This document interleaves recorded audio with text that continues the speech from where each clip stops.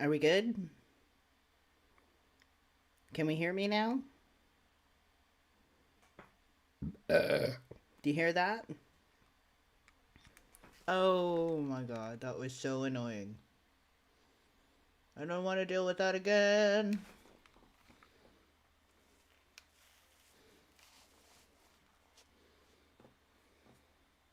Yay! Okay, let's try that again. Hello, everybody. Good to see you. Cassidy!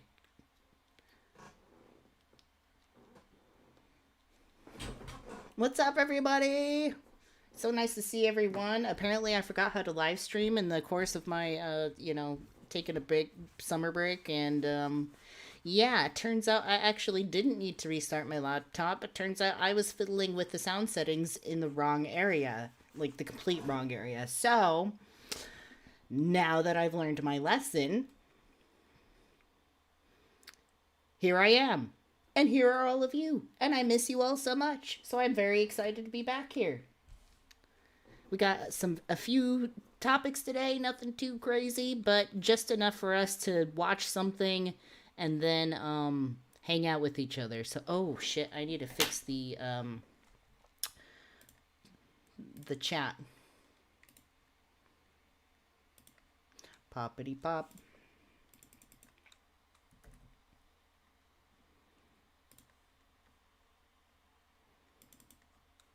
And then, like, when I was fiddling with the sound, like, suddenly my camera was, like, gone. It was really funny. So, I'm just gonna relabel that one as a fail and then leave it up for laughs. There we go. Now we're okay. Ah! No flat earth and no mint. None in this chat. My camera still seems off. Let's see. It's like too bright. Or maybe it's just me here with my stuff. Maybe I can just turn down my lighting, which would actually be better for my eyes. Yes. Yes, I can see the detail and the color returning to my face as I am no longer washed out. Ooh, and a lovely blue purplish highlight right there. Perfect. Perfect. Okay, now we're ready to go. Cream cheese what? Oh, cream cheese mints. I remember that you were making cream. Hello, everybody. Sorry, I'm already talking to you and I haven't even said hello. Hello, Lee. Good to see you, Lee. And Cassie, our moderator. And Cassidy, our troublemaker. And Hope, good to see you. And Katrina. And Becca, good to see you. Good to see everybody. Is it expensive to stream in two places?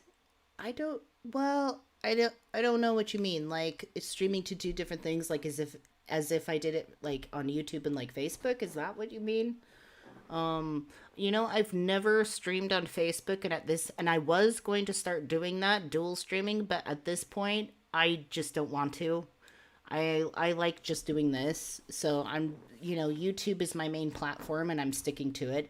I find that I get really overwhelmed as like a content creator. If I am on too many platforms, I feel very spread thin. And that's why I just don't do a lot of exploring of other things. I mean, I know TikTok is really cool and I think I would like to join it someday, but as something more personal and fun to do, not like as another sort of Jan Daemon outlet. So I like sticking to YouTube. I like to use Instagram a little bit and like the Facebook page a little bit. I do have a personal Facebook profile that is off limits to the public. It's a private Facebook profile, I mean.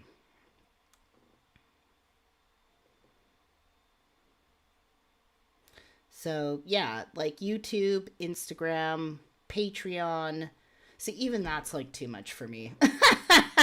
Speaking of Patreon, my Patreon is so severely neglected. I was looking at it like a few weeks ago and I'm like, this is a sad ghost town. There is sagebrush blowing in the wind across the fucking pathway. So I need to revitalize that. I need to revitalize everything pretty much, but 'tis the season. 'Tis the season. It's time to get going. You know, I'm on a new schedule in my daily life. This is my back scratching stick, by the way. Oh, yeah. And, anyways, I'm in a good place. I got a new schedule going on with my life. It's a lot more productive. It's a lot more health oriented. Because I've just been like, I started getting really healthy at the beginning of the year, and then it just fell flat, and then I did really terrible, and now I'm like back on the upswing. So, doing really good with that. So I would like to revitalize the Patreon and start offering um, exclusive things there. And I'm trying to figure out how to pair that up with YouTube membership because I want those things to go hand in hand, but I'm not quite sure how to do that. I wish it was more like synced up as two platforms, but it's really difficult to decide like would I like people to have an opportunity to support exclusive content on Patreon, or would I like to people to have that opportunity on YouTube? Maybe you all can like decide. It's keep both, but it's like what do I do what where? That's where I get lost and why I've just kind of been ignoring Patreon, especially since I got monetized on YouTube and I was able to provide memberships here. So maybe you all can like help me out with that a little bit. Let's do a poll. Because honestly, and I know a lot of people make YouTube memberships and Patreon work, but I just don't know. So let's do a poll. We'll do what platform works best for you? What support platform works best for you? YouTube,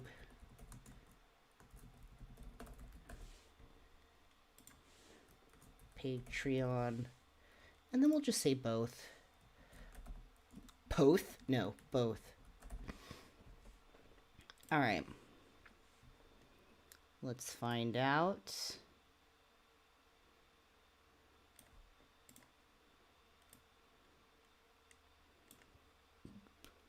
By the way, please like the live stream, especially since I had to start it over. That was very traumatic, and every like you give me will undo the trauma. So please help me. It wasn't traumatic, but anyways, just go with it.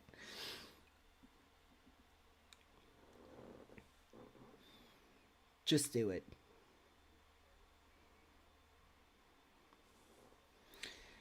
Lee says, I think it's easier to focus on developing YouTube, especially since we want to be successful and not just for the shits and giggles.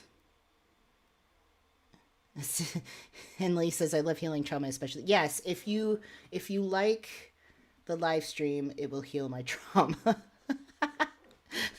Sounds so wrong in some ways. That's so weird. It's like I'm dependent. No.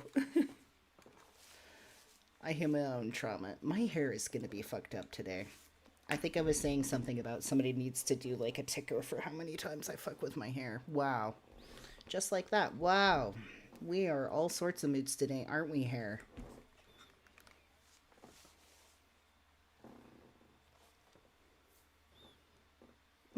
My hair is like, it's crazy day.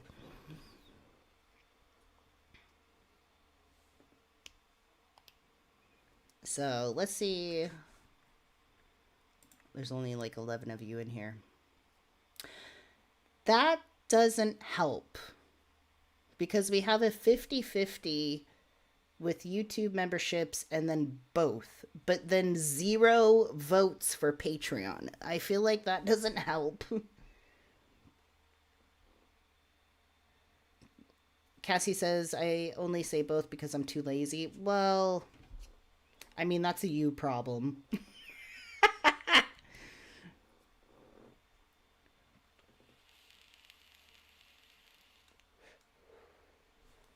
So, yeah, I don't know. This is very interesting. Oh, switch payment. But then, you know, on the other hand, I have to remember that I do have personal pursuits in arts and like music and stuff to which I will be starting to post again, to which Patreon would be very useful. So perhaps I'll keep Patreon and start posting more of my personal artwork and music projects on there.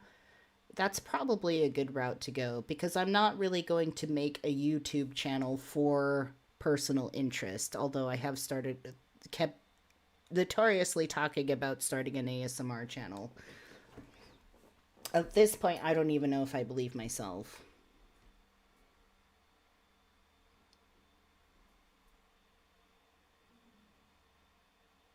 I'm curious as to like what people would want from a YouTube membership to this channel.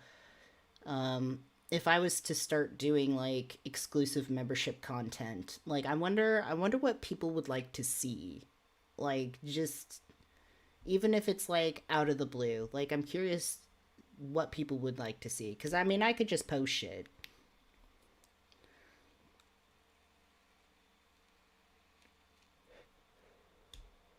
Because I know there's like private live streams and stuff like that. That's great, but it's like what will we actually do? Like what else would you like to see? Let me just interrogate you for a minute. Hi, we haven't seen each other for 2 weeks. What the fuck do you want? You still don't have a loppy lamp? Oh, I'll send you one. I still have a shit fuck ton of like loppy lamp supplies. I can definitely start cooking those up again.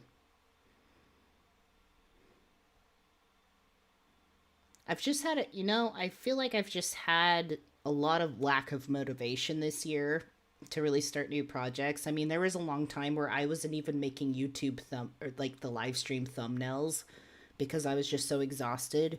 But ever since I went on like the vacation and just had like a summer break, I'm feeling like a lot better.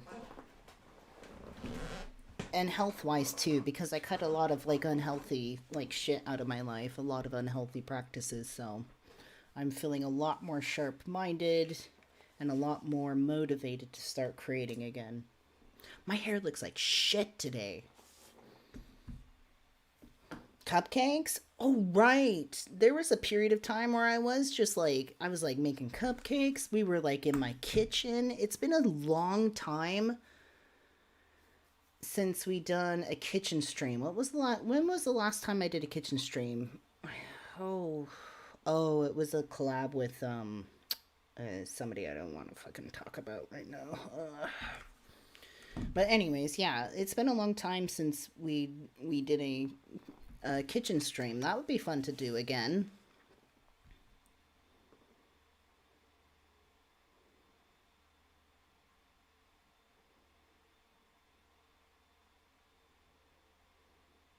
Oh, Lee says, I think you can make it a little more personal, work at a farmer's market, right? Yeah. The only. I. Hmm.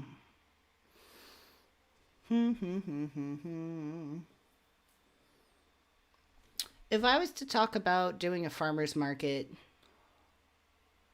more of that, I would want to do it in such a way where I don't really dox myself.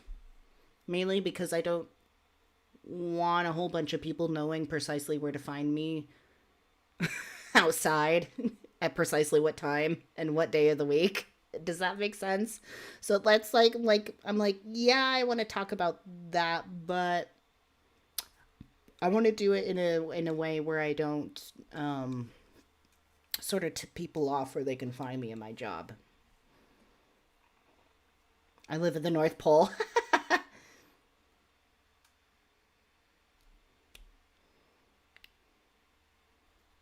No, no, no, Cassidy. When you say something like you live at the North Pole, you got to end it there strong. You can't go back and say I'm kidding because it's like it's funnier. Hey, Mark. Good to see you. Mark is the moderator in the house. We totally had to restart the live stream. It was ridiculous.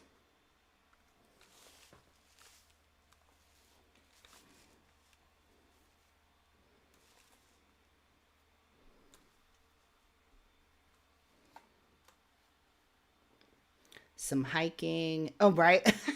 I'm just going to show some, like, surreal scenery. And some hiking. Instructional on how to help the community. Oh, yeah. No, I see what you mean, Katrina. Debate Christians on the street. Oh, I don't know if I could do that. I mean, it sounds fun and I think it would be easy, but on the other hand, I don't like debating just in general. ASMR over the hiking vids. You know what? I could totally start my ASMR channel and only make it available through like Patreon or something. Anyways, hey, good to see everybody. Let's see. Why don't we just end the poll? I think I just need to find a balance between the YouTube memberships and the Patreon memberships. Both do have the perk of the Discord server, by the way. And please like the live stream. Please hit the like. I know if you haven't. I'm looking at you all right now. There's 3 of you. 3 of you who had not hit liked. 3 of you. What 3 of you just want to kill the joy in my life, eh? There we go. We got 9. Okay, now there's 2 of you. 2 of you now.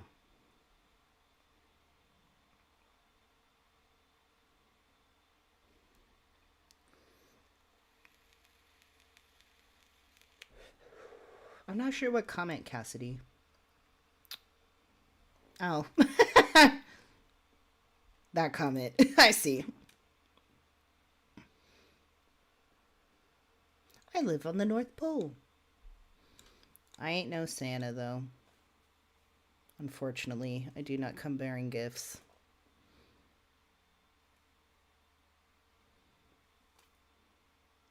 Why does my hair look like poo? Okay, there's 2 of you still that haven't hit the like.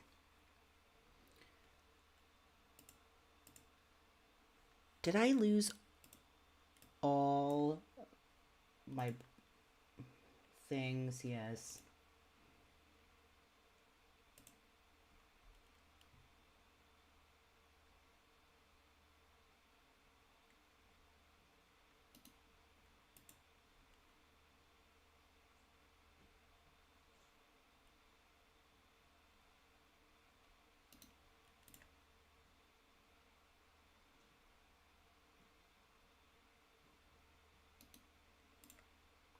Now I have to find all my things all over again.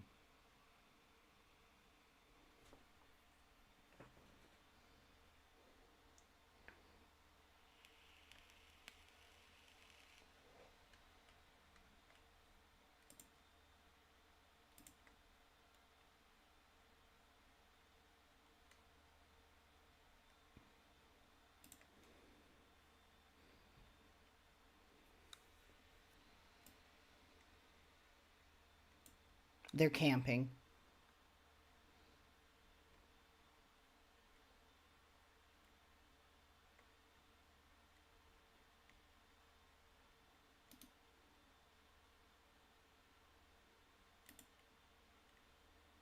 Okay, I'm finding him again through my history. All right, just give me a minute. I'm pulling everything back up that we're going to review today. A few interesting topics.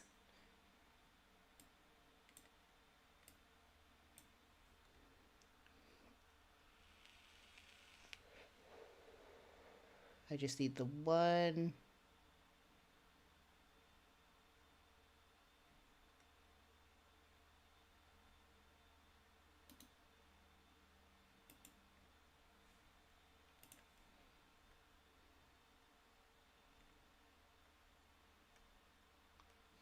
The one article.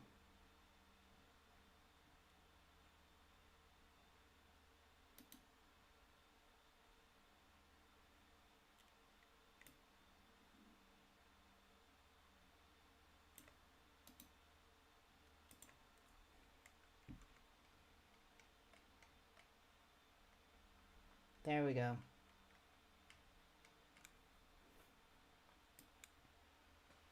Okay, we're getting it together now.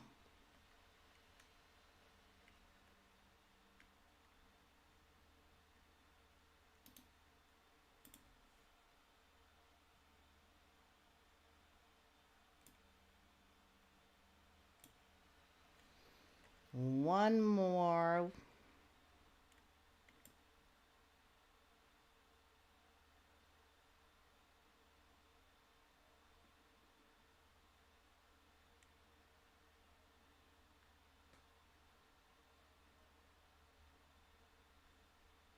Oh, I can find it again when we get there. Anyways, all right, we're done. Sorry about that.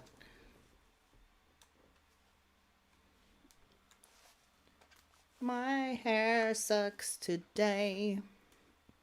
It's driving me crazy.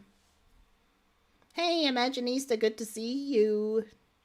What's going on, everybody?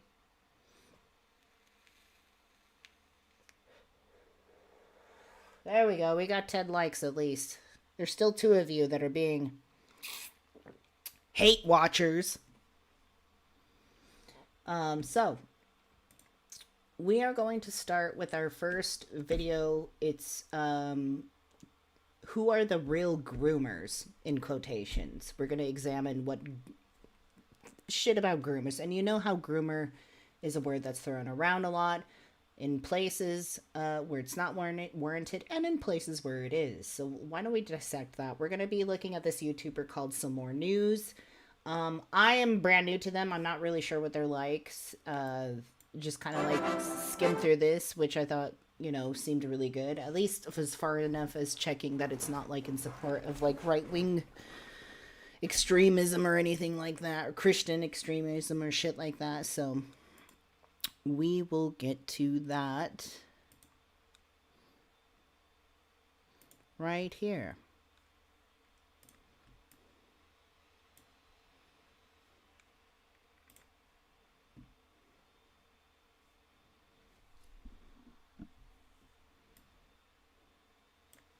Let's do it.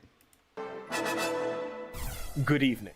I'm Cody Johnston, and you're in the News Zone. Some more news, that is, where we talk about the news. Some more of it. News, but with a Z. Zzz. And here's some more news with a Z. Everybody I don't like is a pedophile. Zzz. Groomers. That's right, groomers are everywhere. Not grooming your dogs. Yeah, right, because I love coming out as non-binary and trans and immediately being labeled as a groomer. Do you have any idea that I'm just not even around fucking kids at all? Jesus Christ. But your kids, there might be one under your chair right now. What does grooming mean, you ask? Well, sometimes it means working at a Lego store while wearing a rainbow pin on your shirt. The Lego group supports what?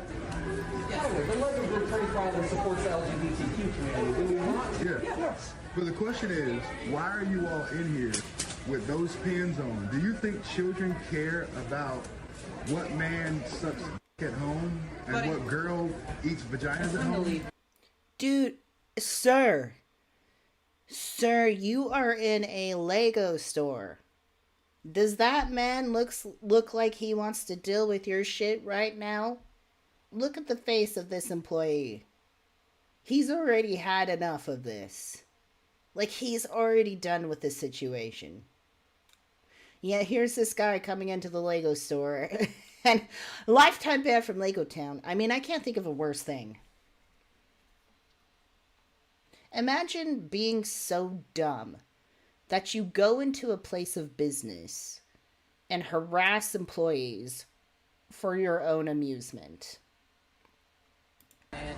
Do you think they care about It's time that? to leave, man. To clarify, the groomer here is apparently the Lego worker wearing a rainbow pin, not the man yelling about sucking dick and eating vagina in a store for children. Okay, so...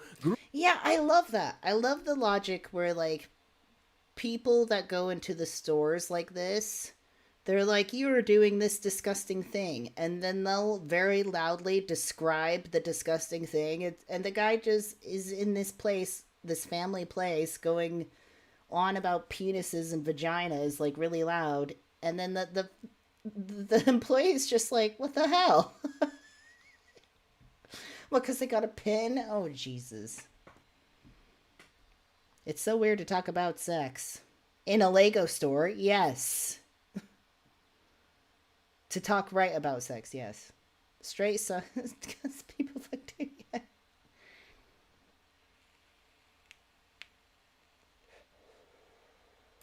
Groomers are people who wear rainbow flag pins. Got it. Who else are groomers? All Democrats. The Democrats are a party of pedophiles.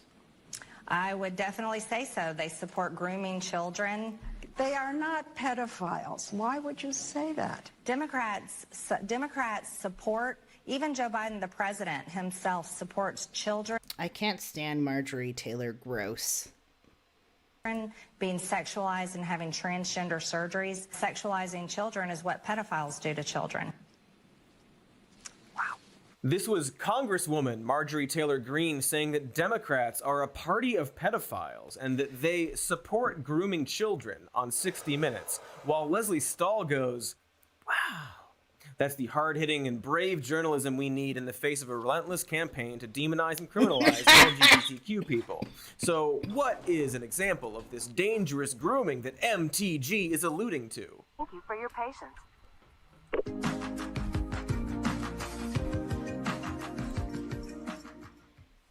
This is Dylan Mulvaney. He's an actor, and he has a very specific role that he is playing, and it's the grooming and sexualization of children. Ah, yes, Dylan Mulvaney, the trans woman who is the latest target of conservative cancel culture. As we all know, Dylan Mulvaney forced Bud Light to rebrand Dylan Mulvaney, which I would have never known of if conservatives didn't make a big fucking stink about it. I shouldn't say conservatives, I should say transphobes. If it wasn't for the transphobes, I wouldn't know about this person.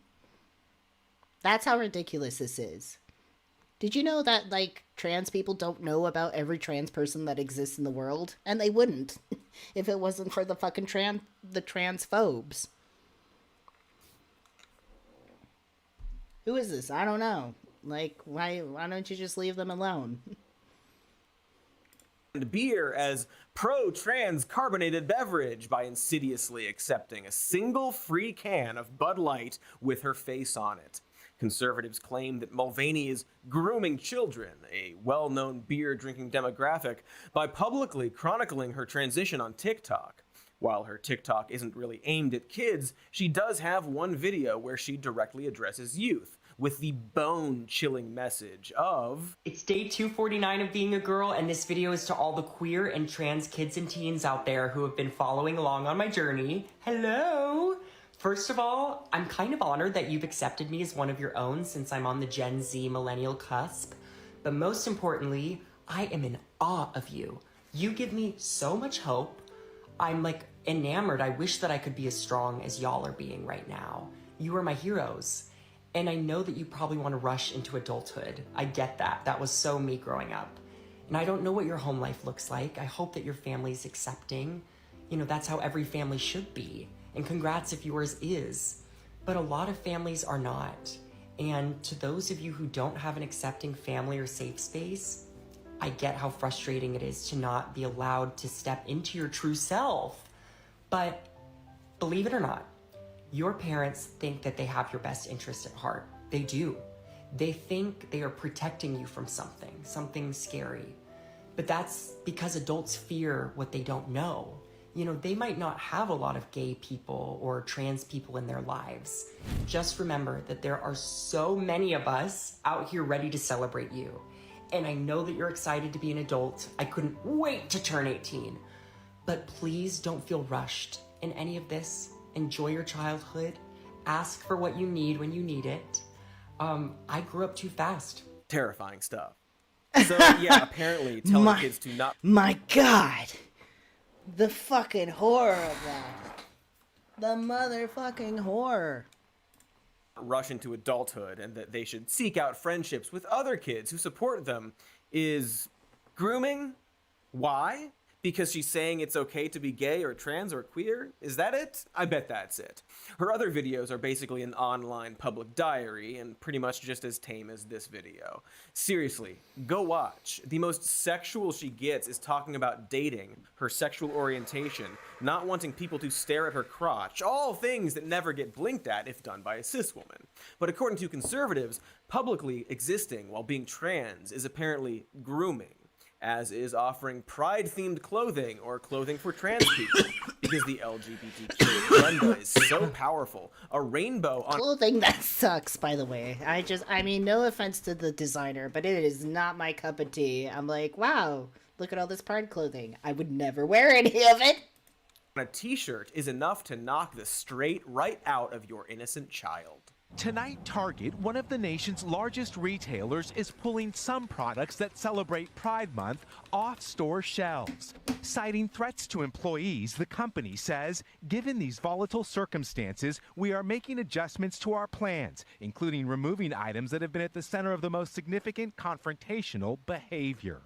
Okay, these are like naked people. That part where corporations sell out in the way where they're like, oh shit, we can't do this anymore because it's dangerous. It's like, wow. Pride stuff being, targeted and attacked, and your life is in danger. We certainly have no idea what that feels like. People in shirts. Hey, fun fact. That shirt she's mad about, it was in the adult section. Also, it barely shows naked people. It's a slightly risque shirt for adults, which isn't new. Here's Walmart selling a Christmas shirt depicting Titties. I guess that your tits want to lick each other? It's unclear. Seems weird nobody is upset over that, because that is far more conceptually disturbing. And yet Hello, Flower Dragon. Target has been absolutely hounded for having pride clothing that conservatives claim are grooming children. Products with dangerous images of unicorns and lions and terrifying messages such as true to your heart and love and Minecraft. Disgusting. See, much like that first shirt, it turns out that every claim around this often involves an adult product they pretend is actually for kids. Pretend is a nice word for it. For example, there was that tuck-friendly bikini they all got mad at. Conservatives claimed that this was in the kids department, but that was a make-em-up, a whoopsie pretendo, or a lie. Anyway, the attack worked. Target withdrew its Pride merchandise after its workers were threatened with violence. I feel like there's a word for when people use violence to threaten other people.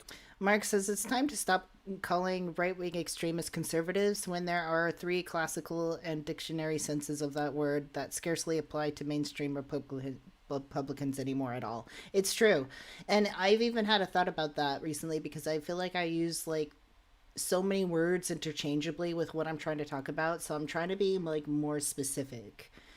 I think I'm just used to saying conservatives because it's for me personally, it's a more kind of junior high way of approaching things, when you're just learning about shit. But now it's I've got enough vocabulary, I want to be more specific.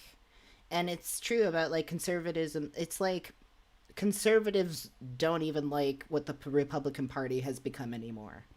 They don't even like that. So it's very interesting to think about what this right-wing extremist thing has become. It used to be more conservative. It's not so much anymore. The presenter here, yeah, well, I wonder why.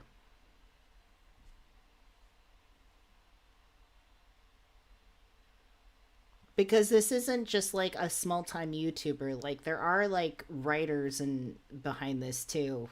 and editors and like producers. But yeah, not all stuff we watch that like seems to like support what we say is like 100% something that we align with. You see what I mean? Because there's a lot of leftist reporting and stuff where it's like, yeah, I agree on a lot of things, but there's a lot of approach where I'm like, I get kind of lost with that. These are things I would like to explore more as we dive down this sort of like verbiage around situations. When we describe people, groups, ideologies, political parties, this, that, and the other, religions, we're going to get better as we go along. But the only way to get better is if we just start talking about it to begin with. I've talked about this before. It's like baby speak. You got to start babbling the baby speak so you can start learning what is a bit more appropriate to what you're trying to describe. Enforce their ideology. It's like a scare-ism,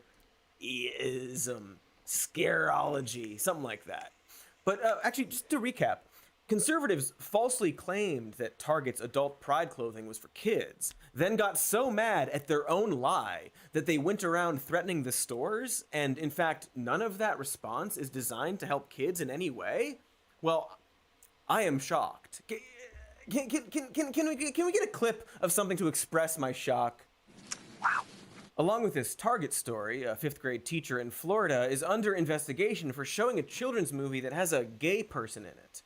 The movie? Strange World. So why are they investigating her? Is this the first Disney movie that shows full frontal? Do we see Mickey Mouse's rock-hard mouse plowing Minnie's sopping wet mouse in the back seat of the Goofmobile? That's an image I didn't need. Wait, did I miss the penetration? You always miss it. So that's weird. Why is there no outrage over the many, many, many, many, many other kids' movies that feature teen crushes or even teen kisses? In Shrek, kids were exposed to implied donkey and dragon copulation, and we actually see their hybrid donkey-dragon offspring from the donkey-dragon fucking. Donkey came in that dragon. But people are upset over a movie where a teen boy has a crush on another teen boy? Seems like they just don't like Mark, gay people. That's what I watch seeing for. Gay people, or being reminded that gay people exist. After all, the knee-jerk reaction to LGBTQ people with cries of pervert and child predator isn't new. It was directed at gay people, particularly gay men, in the 1950s and other eras as well. We talked about this a bit in our drag queen episode too, but it's worth mentioning again. It was a moral panic known as the Lavender Scare, where people in the LGBTQ community were branded as anti-American, threats to the country, and child predators. What Jimmy didn't know was that Ralph was sick. A sickness that was not visible I remember like this smallpox, video. but no less dangerous and contagious, a sickness of the mind. You see, Ralph was a homosexual, a person who demands an intimate relationship with members of their own sex. Public restrooms can often be a hangout for the homosexual. One never knows when the homosexual is about. He may appear normal, and it may be too late when you discover he is mentally ill. So keep with your group, and don't go off alone with strangers unless you have the permission of your parent or teacher. That's from a 1961 propaganda PSA from the Inglewood Police Department and School District, and boy, sounds pretty familiar. You might have seen that video before, but it really speaks to how unserious the grooming and anti-LGBTQ crowd is, how their entire playbook is decades old, specifically that they focus on bathrooms and kids, and they simply adjust the perceived threat to whoever they want to scapegoat.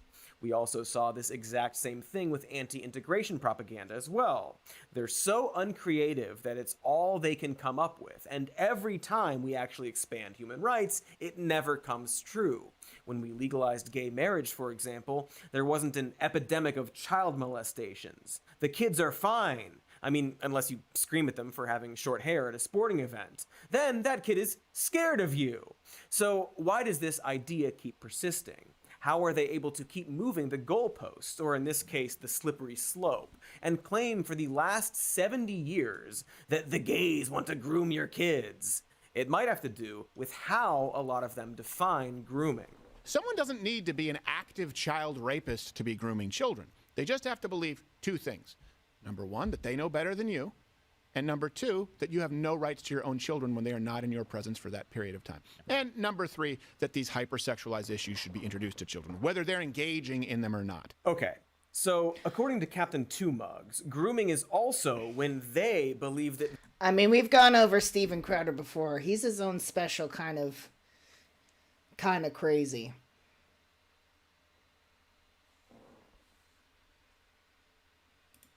They know better than you, and that you have no rights to your children. Basically, Steven Crowder believes grooming is when you don't give parents total control over a child. Whether or not he realizes it, this is a big piece of the puzzle, and ultimately kind of a confession about the conservative party and religious fundamentalists. Because, spoilers, we're going to be talking about child marriage later, and maybe it's relevant to bring up how a large proportion of sex abuse cases are actually perpetrated by parents or trusted family, or friends or partners of the parents. But according to Crowder, it's child grooming to not allow parents complete control over their kid. So is that even if the parents themselves may be sexually abusing their children or enabling sexual abuse? In fact, 34% of child abusers are family members, whereas only 7% are strangers. So that's interesting. Before we continue, maybe we should get into what child grooming actually means. Because before Libs of TikTok became governor of Florida, it used to have a specific set of definitions. Grooming was first used in the 1200s to describe a knight's squire, then in the 1600s to describe a stable hand, someone who took care of horses. It was also used in the 1600s as a term for a husband-to-be, and in the early 1800s again to describe taking care of horses. Then it started getting applied to people in the mid-1800s, meaning taking care of a person's appearance, or to prepare someone to perform a role, such as for a leadership position or some kind of profession. Then, in the early 1900s, probably horse stuff again, but in the 1980s, grooming was used in the context of child psychology as a specific term to describe befriending or influencing a child in order to later sexually abuse them. And now, apparently, the definition of grooming has expanded to include anyone I don't like or someone brushing a horse in order to turn the horse gay. Of course, words change definitions all the time, but maybe equating sexual abuse to "this store sold a shirt" is quite possibly a bad, incorrect, and dangerous thing. So what is child grooming really? Also, hey, this part of the episode is pretty rough and not funny since we're talking about child abuse. I don't know. Great. We'll put wacky music over it to make it fun, though I doubt it, No, and I hope there's not. no way to cut. But given that the cut term that. child grooming has been thrown around everywhere, I think it's important to describe what actual grooming is. Because it's not somebody wearing a shirt that says gay, and it's not somebody wearing a dress or a rainbow-colored pin. It's a very serious and disturbing form of child abuse. According to RAINN, the Rape, Abuse, and Incest National Network, grooming is a set of manipulative behaviors that the abuser uses to gain access to a potential victim, coerce them to agree to the abuse, and reduce the risk of being caught. Grooming often follows a specific pattern of escalating behavior with the intention of abusing the child without being reported by that child. As outlined by RAINN, it starts with selecting a victim who the perpetrator has access to, or to a victim who is vulnerable. The predator may also place themselves in a position where they will have frequent access to minors, like a church leader or law enforcement officer. Once the perpetrator has found a victim, they will begin to physically or emotionally isolate their victims from others, especially from people who could protect them. Then the perpetrator starts establishing trust with the victim, often by giving them gifts or special treatment or sharing secrets, to get them used to keeping things from others. One of the final stages is getting the victim desensitized to touch, often at first with hugging or tickling, and then later more inappropriate touching. And this may include discussing sexual topics or showing the victim explicit pornography. It is disturbing and absolutely horrific in its effect on the victim's mental health. Important to this topic, it's a very specific overall pattern, and while some of the listed behaviors are inappropriate on their own, Some can only be spotted in the larger context. That's why it's so insidious. Groomers don't want to scare their victims away and also want plausible deniability. Grooming can be very difficult to identify because it is often disguised as something more innocent. This also makes it easy for bad faith individuals to muddy the waters when it comes to identifying grooming behavior. Is it grooming to want to work with kids or to give a child a gift? Is it grooming to establish trust with a child or to hug a child? Is it grooming if you teach a child about sex if you're a parent or if you're a sex ed teacher? None of the things I just listed is intrinsically child grooming. For instance, it's not grooming to give a child a birthday gift if you're the child's parent or family member. It would be grooming if, say, the child's youth pastor started giving them lots of gifts and using the gifts as a way to convince the child that the youth pastor is owed trust and physical affection. Is it grooming if you keep secrets with the child? At first, that sounds suspicious. But if you're a school counselor and a child tells you that they think they might be gay, but they're afraid that if they come out to their parents, they'll get kicked out or abused, then not telling the parents may actually save the child from abuse. Yeah. It's about context and often requires... Interesting to examine these things individually. And just how much, like, people will take this description of what grooming is and just immediately apply it to whatever they can fit in that box. So it's like we got to be really careful about how we word things, about how we examine things. We got to use a lot of reason when we look at the world and look at interactions between people. It's a lot that just goes down to the queer community essentially just constantly being accused of being groomers and pedophiles. When you really sit down and examine it, it doesn't make any sense. But it sure as hell works for the people who try to make that logic work. It's a case-by-case assessment. A doctor asking a child medically relevant questions about their body isn't grooming, whereas a doctor who befriends a child, builds trust with the child, and then breaks down their boundaries and touches them inappropriately is grooming them, such as the case with Larry Nassar, the gymnastics sports doctor who abused underage girls entrusted to his care. So, yeah, bummer segment. I'm glad we didn't do the wacky music. Actually, maybe it would have helped. Cue the music. Okay, now stop it. I see now how that would have been a mistake. But it's important to actually define what grooming is. Because notice how none of that involved hanging rainbow flags in the classroom. And after the break, we're going to take that definition, break it down some more, and then talk about which demographics are actually likely to groom children. Sounds fun. We're having fun. Yeah, this is great. We're having fun. Great topic. Hey there, it's me, Cody. That's probably why I'm not, like, so enthusiastic about giving commentary. No, I don't want to subscribe to your Patreon. I'm going to pee and come back.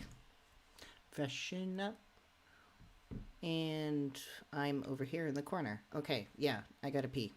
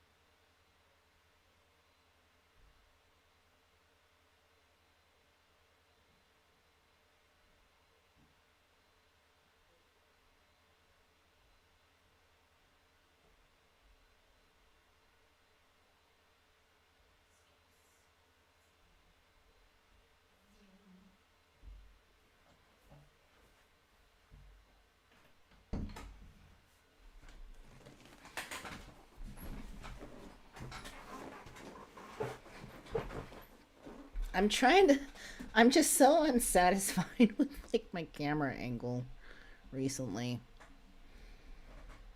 Thinking it needs to be like maybe here. Because if I look here, this is the screen I want to look at. I can also see in a other tiny little screen the same thing that I see in this screen. So that's why I keep like going back and forth, but I'm just like, I don't want to be like looking to the side, so we'll try this.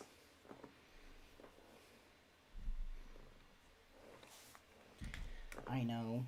And it's not really a big deal either. Because I have the same thoughts and feelings about the content I'm watching regardless of how I look on camera, so it's just like kind of bizarre. There we go. Maybe something like that.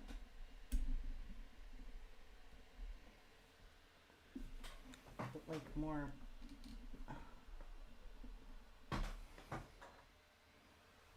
Yes.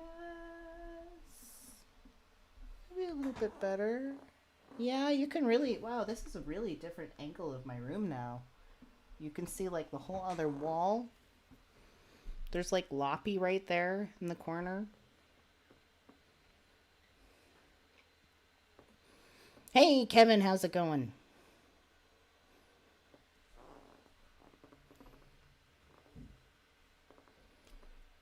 Katrina says, what pisses me off is when they say we're pushing an agenda. But when they are the ones on your face about the way they're thinking, right? You know what's so funny is like there's the term alphabet mafia that's used in a derogatory way about the LGBTQ plus community. And it's like, that's actually really awesome. That sounds so cool. That sounds awesome. Like, yeah, I'm part of the alphabet mafia. That's amazing. Amazing.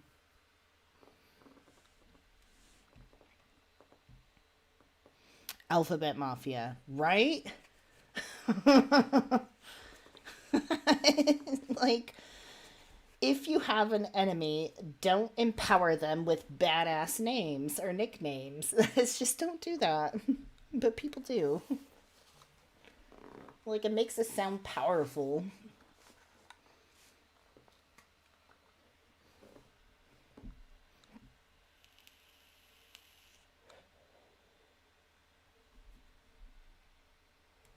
All right. From a moment ago. But now I'm Ad Cody. How you doing? How's that thing on your foot? We're not going to listen to your ad. Oh yeah, such lucky ads for our video with grooming in the title. Oh, we had...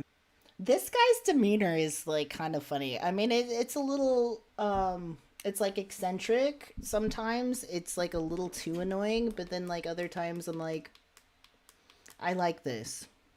It's just, you know, I don't know yet. I'm not quite sold. I like it so far. I'm not quite sold. I have some comments, but you know, if all goes well, then maybe this'll be good. I guess I'm just a little weary ever since like the Illuminati incident because I really liked her so much and she fucked up royally. So like every new like creator or reporter I get into, I'm like, we'll see. We'll see how good you are. I like to be charitable, but recently I've kind of ran out of charity. You know what? I'm just not going to give a shit about my hair anymore. It's going to look like crap, but it's going to be out of my way. Okay? Okay. All right? It's just going to be a little goofs McPoofs up here. Okay?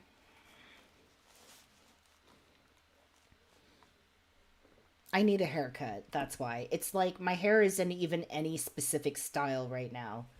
So there's like literally nothing I do with it off camera other than put it up in like a ponytail with like the sides sticking out like a clown.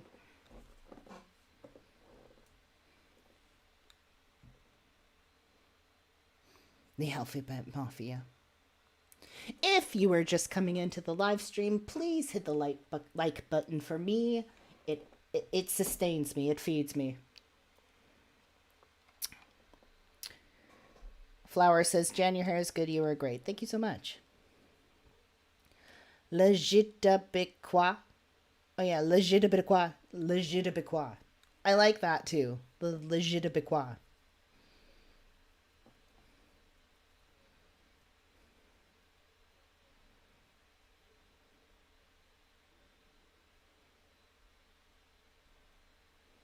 Katrina says, I like Swoop. I like Swoop, too. And she does get really passionate. At first, I was kind of annoyed by her, too. But it's just that she really feels about, like, the subject she's talking about. So, anyways, my little Legitibiquois lovelies. Who is, I don't like to dig. Because I haven't asked this before. I don't really like to dig. But, Are you a part of the Legitibiquois Mafia? If you are, post a rainbow flag. Do that. If you are part of Legitibiquois, post your rainbow flag. And if you're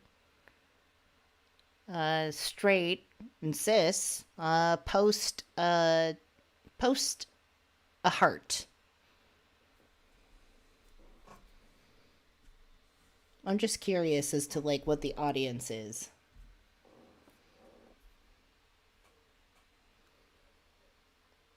Cis straight, post a heart. Legitibiquois, post a flag.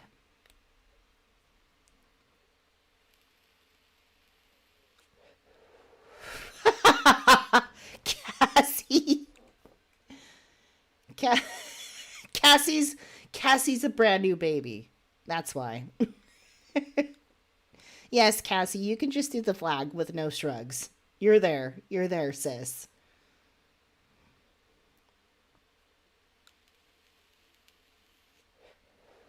Kevin Hall, straight as hell yeah.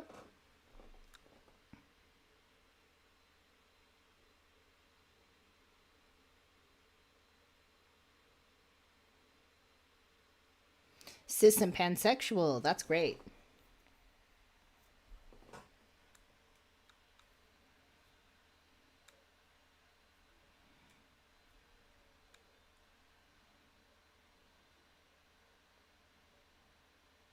I like cis people. It's such a thing. It's like, I don't like transphobes. There's a difference. Like, there's cis people that are transphobic. There's also trans people that are transphobic. Like, so there's just transphobes. But, like, I love cis people. I love cis women. I love cis men. Like, you're fabulous. I really love cis men. Mm-hmm. I love trans men, too. I just love men. I also love women and anybody else in between. I'm a pansexual, too. I have been for, like, I've been out of the pansexual closet for, like, I swear in my late teens I figured that out. And what's so weird is I didn't discover till like the last few years that that's still a controversy. There's still people who are like, pansexual is not a thing. And I'm like, I thought we did that already. I thought that was over. Like, I was really confused. I'm like, I've been that way forever. Like, I've been pretty comfortable with my sexuality.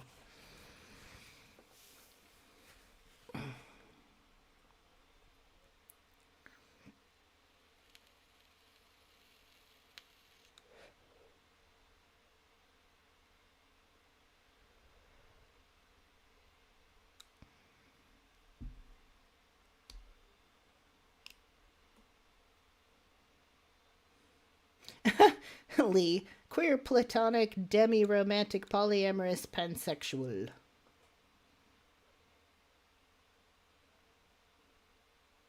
I like titles like that. Just really precise.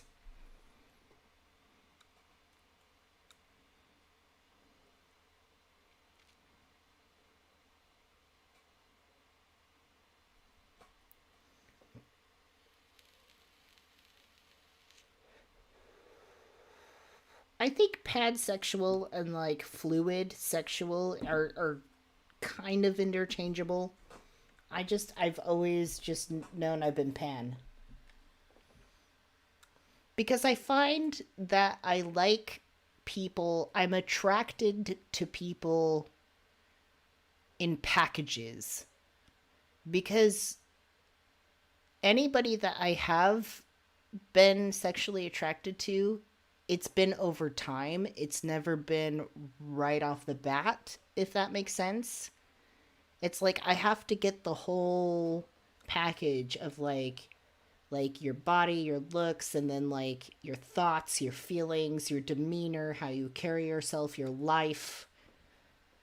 And then like if that all like comes together, then it's an arousal.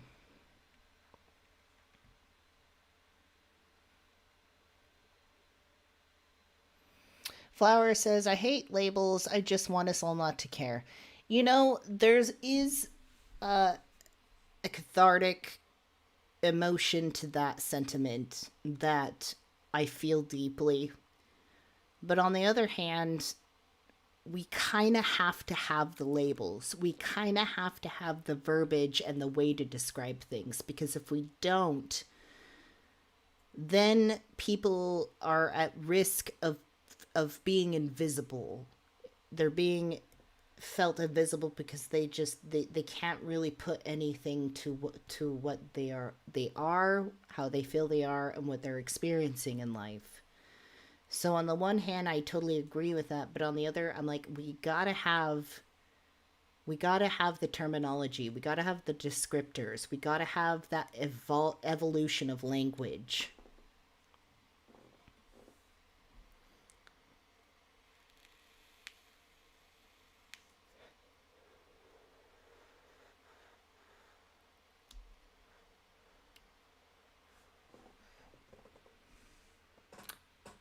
When it comes to being Neogenian and going about your life, and we're talking about how we're infinite, we are not our bodies, we are not our brains, we are eternal minds, we are eternal beings, and we live a multitude of lifetimes, countless lifetimes. So it becomes a question of like, what's the purpose of investing in any type of personality at all? Especially when we talk in terms of how much external ideologies influence you. You know, how you grew up, who you're around, that influences you and it kind of shapes how you are. And then we talk about how you want to sort of break that down. You want to confront your shadow, you want to confront your mirror self, you want to confront your power self. You got to take all these things and you got to incorporate them into yourselves. You got to actualize into the best version of yourself possible. And the best version of yourself possible, you know, when you integrate the shadow self and the mirror self and the power self and all those things, the best version of yourself possible, it becomes a question of what is that in terms of living this lifetime? Because you know that you're not always going to be this, right? We know that we're not always going to live these lives. At some point, I'm going to die. You're going to die. We're all going to die. That sounds really like horrible, right? But no, it's true. It's a natural thing. We all die. Everything dies. So why would we waste our times or invest our times in this character that we're playing in this lifetime? And the reason why we do want to have a character about us, a personality about us, while still maintaining a rational perspective of it and a rational understanding of ourselves. The reason we want to do that is because we all created this reality. Like, we are all from the same divine light. We all decided to create this reality. We are all here experiencing ourselves and learning all over again. We made this playground. So my question is like, why create this playground, this reality, and then not play on the playground? I think having a personality and a character about you in your lifetime is part of interacting with this reality. And where you do need to have like a higher self about you over the top of all this and recognize that you're not always going to be this, you still got to come down and play the game. You still got to play on the playground. You still got to be something. You know, like, what are you going to do? Just have no personality? Like, just be a robot or like a Vulcan, like void of feeling? Like, it doesn't make any sense to me. So you got to have some personality about you. So when you become your truest form, or you actualize into your the best potential that you can possibly have, I mean, it's almost like you just got to pick a character and roll with it. And like, not really worry too much about the grander scheme of things, unless you get so entrenched into your character that it's overtaking you. When it starts to overtake you, then you need to pop back up to the higher perspective and examine how you're interacting in this world. Make sure you're doing it from a healthy place. Something that actually helps you grow and doesn't take you back a peg. Thank you so much, Lee, for the super chat, the little super sticker. I really appreciate that. Thank you so much.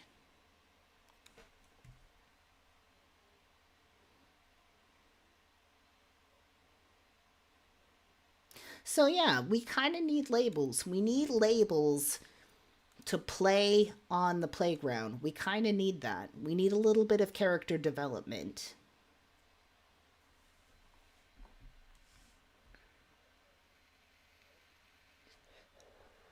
Imaginista says, I went most of my life being this way, but not being loud and open.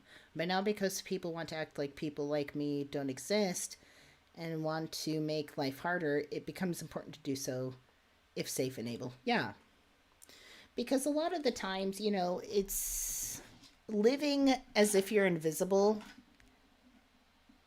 It's something that could be damaged as well, because it just becomes shadow content. And that's just kind of the situation. It's like, yeah, I could have definitely played the part of being a cis woman, like, for the rest of this life. That was definitely a choice, because I don't think I've ever felt that way in my entire life. I've only like explored that option because like I felt like that's what I was supposed to be. And it wasn't until I am like older where I'm like, that was never me. And it was, you know, even though I found ways to do it, it was such a facade. I used to go by Faith. That was such a facade. And she was wonderful. She was a wonderful, you know, strong, valiant cis woman. But it was definitely something that took too much effort. Whereas over the course of the pandemic, when I had time to self-reflect, and I came out as non-binary and trans, that felt effortless. That felt like no effort. Like, being Jan feels much easier to do. It doesn't feel so calculated or composed. Anyways. Back to this, darlings. No ads this week, so we just did one for our show's Patreon. Perfect. Excellent. Good episode. All right. Before the break, we outlined the exact definition of grooming and pointed out that the conservative accusations of LGBTQ people have very little to do with that definition, but rather fit a pattern of anti-gay rhetoric of the last 10,000 or so years. And in fact, as we move on to talking about who is actually grooming kids, you might not be surprised to hear that we're not really going to talk about LGBTQ people that much. Because here, in reality, they really don't have much to do with grooming. Unless it's a dog show, which in that case, yeah, big LGBTQ presence, I assume. I don't know. So who are the people actually doing the grooming and committing the abuse? Rain explains that this is something that can happen in person or online, and, as we noted before, that it's most often done by somebody within the victim's circle of trust, such as a family member or someone in a leadership role within their life. In fact, 93% of underage victims of sexual abuse knew their attacker. 59% were acquaintances, 34% were family members, and only 7% were strangers. Meanwhile, being in the LGBTQ community is not associated with higher rates of child sex abuse. UC Davis professor Gregory Herrick notes that many child abusers can't be given a label for adult sexual orientation, as they are unable to form healthy sexual attachments to adults and exclusively target children. This type of predator is known as fixated, whereas a child predator who also has sexual relations with adults is known as regressed. In a 1978 study on child sex abusers, Professor Herrick explains that of the 175 adult male child sex abusers, quote, none of the men had an exclusively homosexual adult sexual orientation.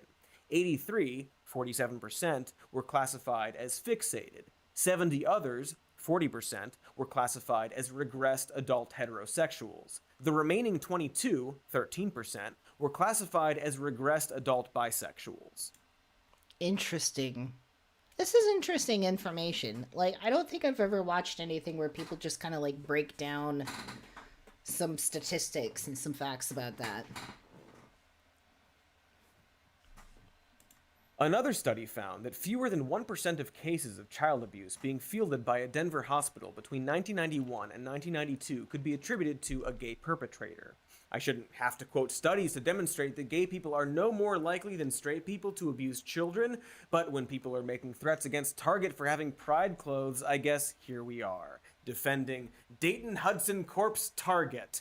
And hey, just to be super duper clear, being a parent in the LGBTQ community is not associated with higher risks of child abuse. And in fact, based on that same Denver study, risk of child abuse committed by a relative's heterosexual partner is over 100 times that of someone who identifies as gay or bisexual. And you know all the hysteria about young people coming out as trans? Well, transgender teens are less likely to commit acts of sexual abuse than their peers, but trans people are 4 times more likely to be victims of violent crime, and are at greater risk of sexual assault at schools where they're not allowed to use the bathroom that matches their gender identity. That's interesting, isn't it? That obsession over the genitals of children and which bathroom they use is actually harmful. Okay, so literal grooming isn't really prevalent in the LGBTQ community, but of course the word grooming is often used by conservatives very loosely, when the real word I think they actually mean is indoctrination, at least sometimes. Or rather, when you point out that there's no literal grooming, they often pivot to indoctrination. That way, they're able to slyly propagate the idea that gay people and trans people are all pedophiles or predators, but have plausible deniability at the same time. So let's address the idea that teaching kids about gay people existing, or trans people existing, or that it's okay to be gay or trans is indoctrination.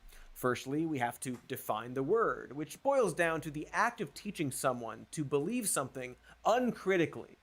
That's what makes it different from teaching, because when you teach somebody, you could allow them to question what you're teaching them. While often seen as bad, indoctrination is ever present. After all, when we teach children our society's rules, we are, to a certain extent, indoctrinating them. The Golden Rule or the Pledge of Allegiance could be seen as indoctrination. There's probably some other examples of beliefs you can't question out there, but I'll let you think of them. Anyway, there are obviously ways to teach children social rules without completely indoctrinating them, specifically by allowing them to question the social rules. And so when you think about it, teaching kids that it's okay to be different is actually the opposite of indoctrination, isn't it? You're opening doors and not closing them. So telling a kid it's okay to be gay or transgender isn't indoctrination unless the teacher doesn't let the kids ask questions. And in that case, that's just a shitty teacher, right? It's like if a math teacher said 2 + 2 = 4 because I said so. Teachers generally like questions and explaining things. Those apple-loving freaks want to make the world bigger for kids. So a good teacher explaining to kids that it's okay to be different doesn't seem like indoctrination, does it? And in fact, it's extremely ironic to accuse teachers of practicing indoctrination by giving kids more options. It's like saying that enjoying different ice cream flavors is indoctrination, whereas saying vanilla or you're a pervert is freedom? What's interesting is that we've had a long history of conservatives accusing the act of teaching and social progress as indoctrination. Here's a cartoon from 1924 criticizing teaching about evolution and depicting science as a Pied Piper leading children down the path of education into the cave of disbelief in God of the Bible, where presumably they'd be eaten by the bear of empiricism. Also interesting to note that one of the more vocal leaders of this LGBTQ or all groomers movement is Christopher Rufo, formerly of the Discovery Institute, which heavily pushed back on evolution being taught in schools without including intelligent design. Anyway, here's a cartoon of a long-nosed, shrew-like, bespectacled teacher violently teaching a frightened white child to accept integration, that white and black people are equal, and 2 + 2 = 6. Compare that to how these current segments on Fox News frame teaching kids that other gender identities or sexualities exist. Look, there's a reason why the Democrats are treating this bill like it's the apocalypse. All we're telling them is you can't groom young children, and to them it's Armageddon, and that's Not because these two they chuckle know they have to fucks. indoctrinate the kids into this madness very, very young. Notice how Matt Walsh equates indoctrination with grooming and child sex abuse. And much like everything we already talked about, this is also not even close to being a new strategy, because it turns out that Matt Walsh is not very creative. I honestly think it's a big threat, even that our nation has, even more so than terrorism or Islam, which I think is a big threat. Okay, because what's happening now? They're going after in schools 2-year-olds. You know why they're trying to get early childhood education? They want to get our young children into the government schools so they can indoctrinate them. I taught school for close to 20 years, and we're not teaching facts and knowledge anymore, folks. We're teaching indoctrination. That's a clip of Republican Representative Sally Kern being mocked on Ellen 15 years ago. It was a joke then, and it's a joke now. If you think there's some new reason they're making these accusations, there isn't. Amazingly, the fear that gays and trans are taking over is reflected in polling. Every estimation that the average American has of the proportion of trans or gay people is always much higher than the actual statistics. Americans think 21% of the adult population are transgender, while the real number is much lower. This is likely in part because of the lack of trans acceptance over the years, which would also explain why trans adults only account for 0.5% of the adult population, whereas trans youth, 13 to 17, account for 1.4% of the youth population. But conservatives see this slight increase in youths identifying as trans, again, only 1.4% of the youth population, as some kind of mass indoctrination of kids, as opposed to a mass slightly more acceptance. But this also supposes that you can indoctrinate kids to be trans or to be gay, which, when you think about it, for even a moment, is nonsense. Do we have to actively indoctrinate kids to be straight or to be cisgender? I mean, kind of actually, in that we often indoctrinate specific and so-called gender norms that were artificially created by our society. And in fact, most of the actual indoctrination around kids and sexuality is almost exclusively done to LGBTQ kids. After all, have you ever heard of parents forcing kids to go to camps to make them gay? No, you haven't. But you have heard of the opposite. You have heard of pray away the gay camps and conversion therapy aimed at forcing kids to be straight. And you might have even heard that it super doesn't work unless the goal was to make the victims twice as likely to attempt suicide. A review of studies on conversion therapy to turn kids straight examined research since the 90s, which came to conclusions such as, quote, "There is no evidence from any of the studies reviewed here to suggest that sexual orientation can be changed, and that it's unlikely that individuals will be able to reduce same-sex attractions or increase other sex sexual attractions through conversion therapy." So, if a concerted effort to forcibly turn a kid straight doesn't work, why would the mere mention that it's okay to be gay or okay to be trans turn a kid trans or gay? Do they really think kids are that impressionable? The only thing it would actually do is make an already trans or gay kid feel comfortable being who they are. Could there be cases where a young person explores their sexuality or gender and later realizes they're not gay or trans, just like some kids later realize they're not straight or cis? Sure. We've all seen Your Preferred Chris and had impure thoughts. But that's what happens when you give people the freedom to explore their identity. And it's weird. It's very weird the conservatives are strictly against giving kids that freedom and are calling it indoctrination when it's, by definition, the opposite. What are they afraid of? Perhaps if being cisgender and straight is so fragile that you can turn a kid gay with a few rainbow flags, then it's not as natural and normal as conservatives claim it to be or crave it to be. Just saying. But maybe that's a really interesting point. It's like you never hear of like camps where they send kids to like be turn gay or trans. It's so ridiculous, but it's yet spoken about as if that's actually what's happening. Oh, hey Morik, what's up? Thank you so much for the super chat.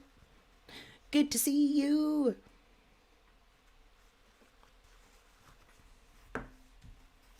I think we're like halfway through this. This is really good. Like I've been having a lot of thoughts and I've been meaning to like pause more and like say stuff, but like there's a lot of interesting information in this. I'm being reductive about what they're trying to say. After all, often the claim from conservatives is that kids are being shamed into accepting LGBTQ people. That was certainly the narrative about critical race theory. Hello again, Rufo. The idea that there's some kind of punishment if you don't go along with the trans agenda. That kids have to fall in line or else. But here's a question. What does that even mean? Do we have widespread examples of teachers punishing students for not accepting gay people?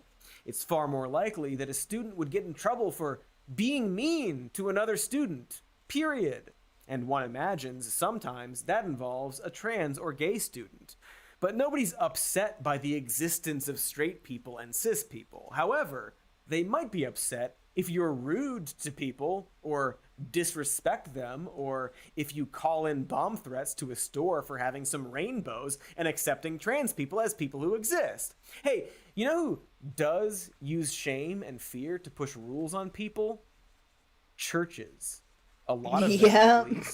Religious institutions are very good at the existential threat, claiming you'll go to hell, or you'll be kicked out of the church, or your family will disown you. Or second, hey, you ever heard of a gay parent kicking a child out for being straight?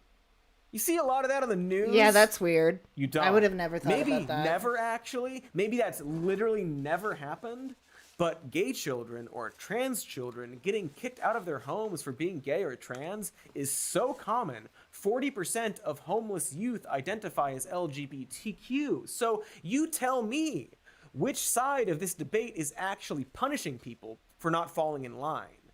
Which side is limiting options? Putting kids in camps to change who they are, pushing kids to uncritically accept specific norms while demonizing anyone asking questions. Sure seems like the indoctrination isn't coming from LGBTQ people. And this is where I point out how institutions tied to conservatism, such as churches, are often hotbeds for child grooming.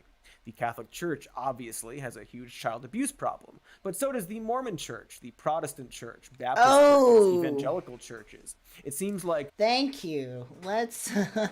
the Mormon Church. Oh yeah, because I mean, let's talk about the fucking electric shock therapy they did on homosexuals in the Brigham Young University that the church tried to pretend that they had nothing to do with, even though it was in their own facility. Isn't that interesting? Mr. Camera, you are going to behave.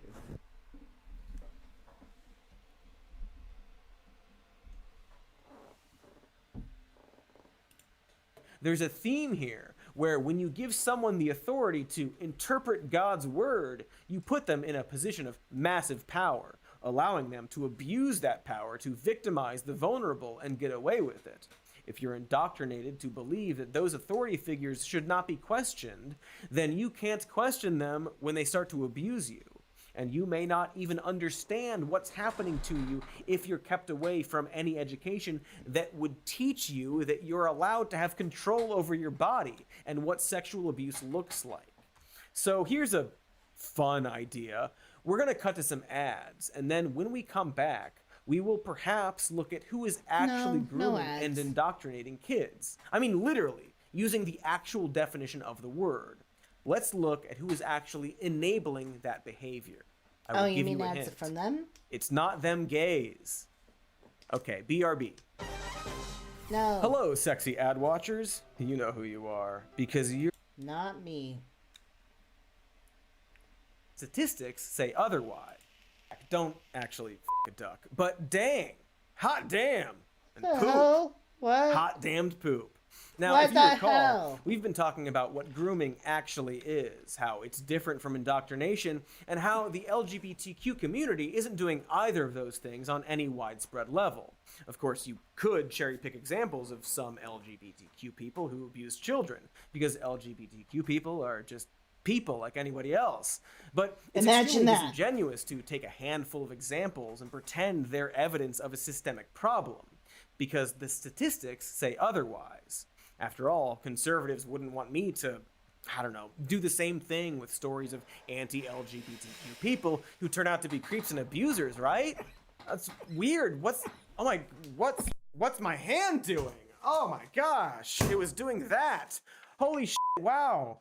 What's all this stuff? Cool. Let's see. A QAnon leader who made money by claiming Democrats were groomers and pedophiles tried to sue a newspaper for defamation, but accidentally revealed that he himself had groomed and sexually abused a 15-year-old girl. Shit. Far-right Trump supporter and Stop the Steal organizer Ali Alexander has now apologized for asking underage teenagers for pictures of their genitals. Oh my The founder God. of the far-right wing Liberty Action Coalition, Patricia Kent, an anti-LGBTQ activist who has claimed that drag shows are grooming children, lost her teaching license in 1998 for forming inappropriate and overly familiar relationships with female students. Republican Texas State Representative Brian Slayton, who has accused drag shows of grooming and sexualizing children, is under investigation for giving a 19-year-old intern alcohol after inviting her to his home at night and having a sexual relationship with her.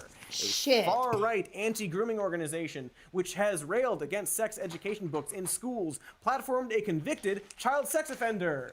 A man who was accused of spray painting groomer on a public library ended up being arrested for having child porn. Yes. A QAnon influencer, different from the earlier one I talked about, who called Democrats pedophiles, turned out to be a convicted sex offender who victimized an 8-year-old. And so on. You Wow. get the idea. Funny. Actually, wait, I Interesting. found more. Charlie Kirk just appeared at a youth shit. pastors summit where one of the Shit. sponsors was a Let's sex go. offender. Here's professional weirdo Nick Fuentes talking about fuck marrying a this guy. 16-year-old when he's 30. Fuck this Let's say guy. I get married to the 18-year-old now. This guy is so fucking gross. 6-year age difference. When I turn 40, she's going to be 34. Ew. What if I'm 30 and she's 16? 14-year age difference.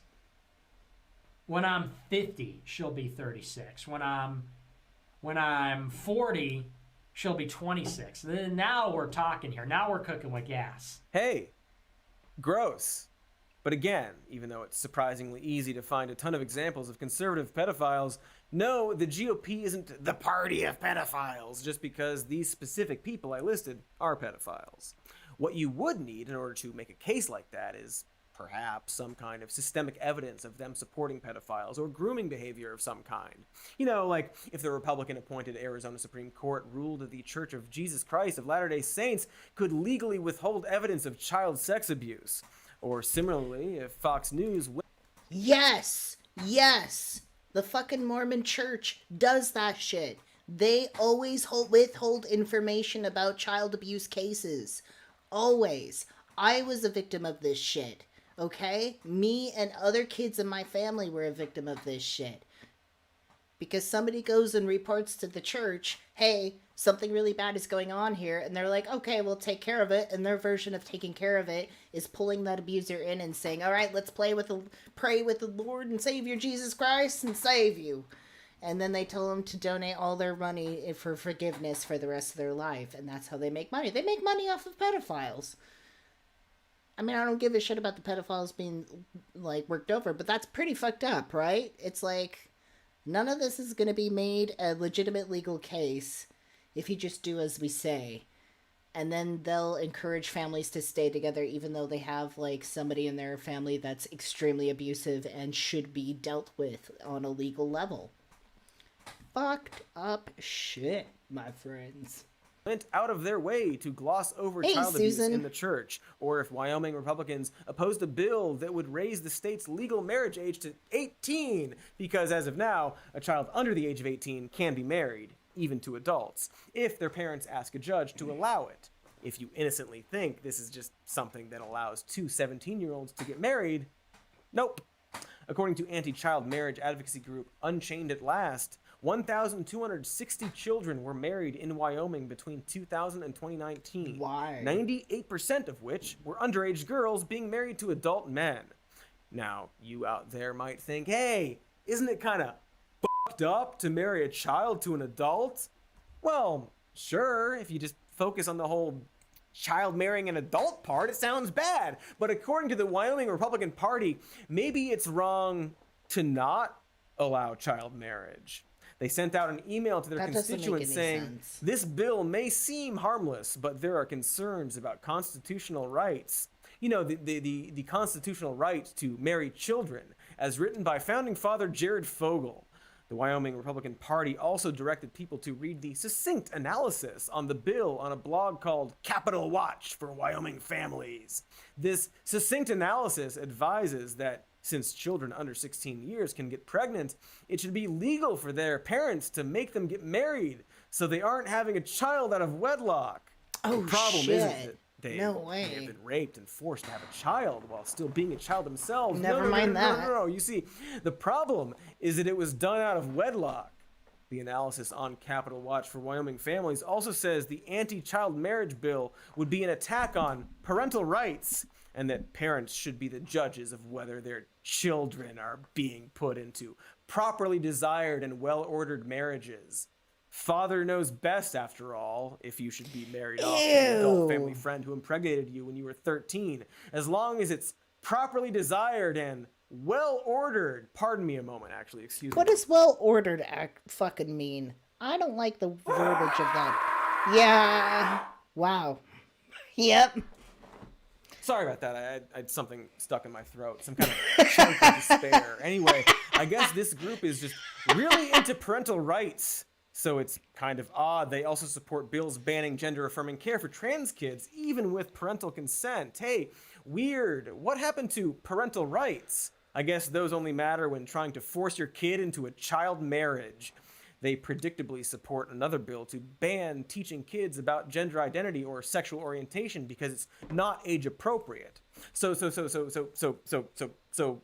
basically, teaching kids about sexual orientation, gender identity, allowing them to express their gender identity and sex education, that's child grooming. Meanwhile, forcing children to get married and have babies and be parents before 16 years old, totally fine, godly even, super cool, excuse me. Again, another scream. I have to agree with that the most. Sorry, I had a little bit left in there, but it's gone now. Scuttled away like a sadness crab. Anyway, it's not just Wyoming Republicans. Missouri Republican State Senator Mike Moon also defended child marriage for kids as young as 12. Here he is being questioned about his support of child marriage. Ew. Even though I've already told you he supports child marriage. His justification is so bizarre, I don't know how to prepare you for it. Do you know any kids who have been With married marriage. at age 12? That was the law. You voted not to change it. Do you know any kids who have been married at age 12? I don't need to. I do. And guess what? They're still married. Oh, okay. Oh. Senator Mike Moon says that child marriage to a 12-year-old is okay because the 12-year-olds that he knows who got married are still married. Oh, His that's defense so wrong on is so that many child levels. grooming and marriage is okay because it works, I guess. Here's the thing there. Besides that being a fucking horrifying argument, it's also false. Around 70 to 80% of child marriages end in divorce, probably because they're fucking child marriages. And you want to know something incredibly messed up? Of course you do.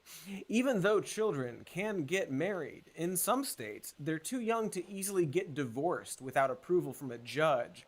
So they have to wait until they're fucked up. adults to legally separate from their rapist. I would scream again, but my doctor says that I'm one good... Yeah, Cassie's right. They're still married because they can't leave.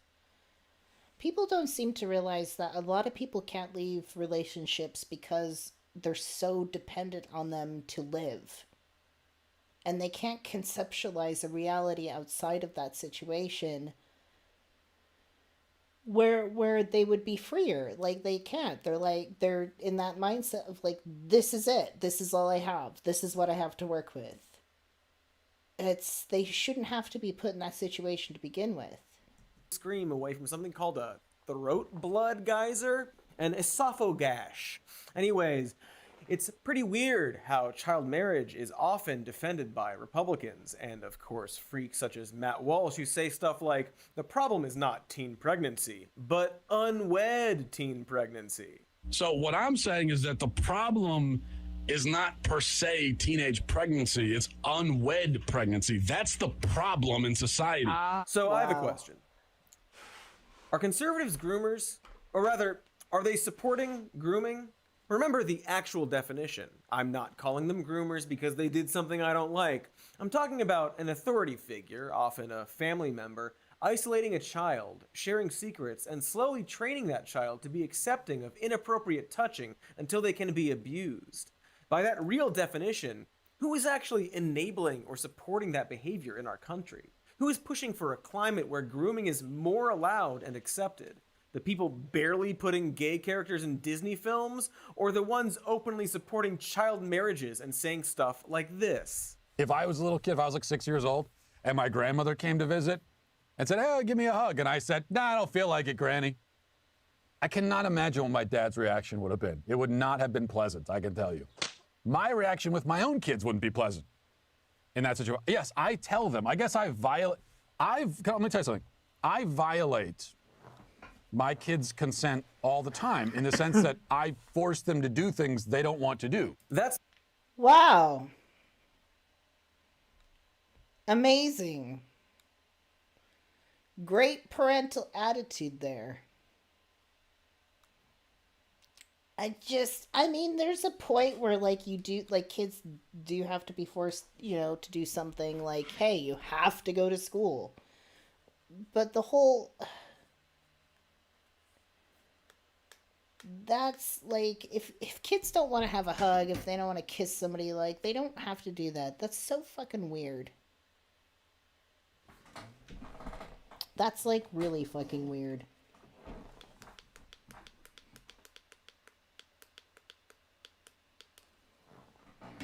I don't like that. Matt literally getting upset over a book that teaches kids consent. See, it's not just that they are pro-child marriage, but actively against tools that could help a kid identify grooming. Researchers in Spain found that even a brief educational session on what online grooming is would result in kids being less likely to report having sexualized interactions with adults. Sex education in general also appears to help prevent child abuse. A review from the Department of Public Health at Montclair State University looked at 80 studies spanning over 30 years of research on sex education. They found that sex education, including education on bodily autonomy, helped improve skills that children need to protect themselves. Ellie says, fuck that, I've always told Kayla people need to ask first before hugs or physical touch. Even me, even grandma, no matter who. That's good. Yeah, I think that's healthy. Like, what? That's healthy. That to me is normal. Like, hey, like, if you ask your child, can I have a hug? And they're like, no. Like, you don't. Just leave them alone. They're fine. I'm sure they want a hug later. Like, it's not personal. Like, that's very sound.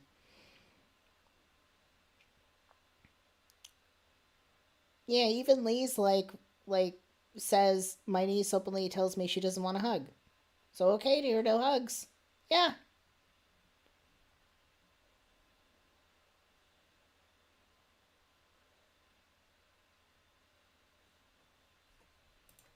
From sexual predators, and children who suffered sexual abuse were more likely to disclose the abuse after the educational programs. Remember earlier how we talked about the strategies that groomers take to try to prevent their victims from disclosing their abuse? education seems to be part of the antidote. So it's really weird that so many conservatives are against sex education and often demonize it as perverted perversion for perverts. If you don't want to hear it in a school board meeting, why should children be able to check it out of the school system? See, we have perverts that are perverting Oh, shut up. our kids.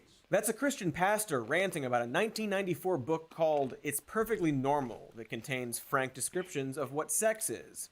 You know, as one must do if you are to educate someone about what sex is.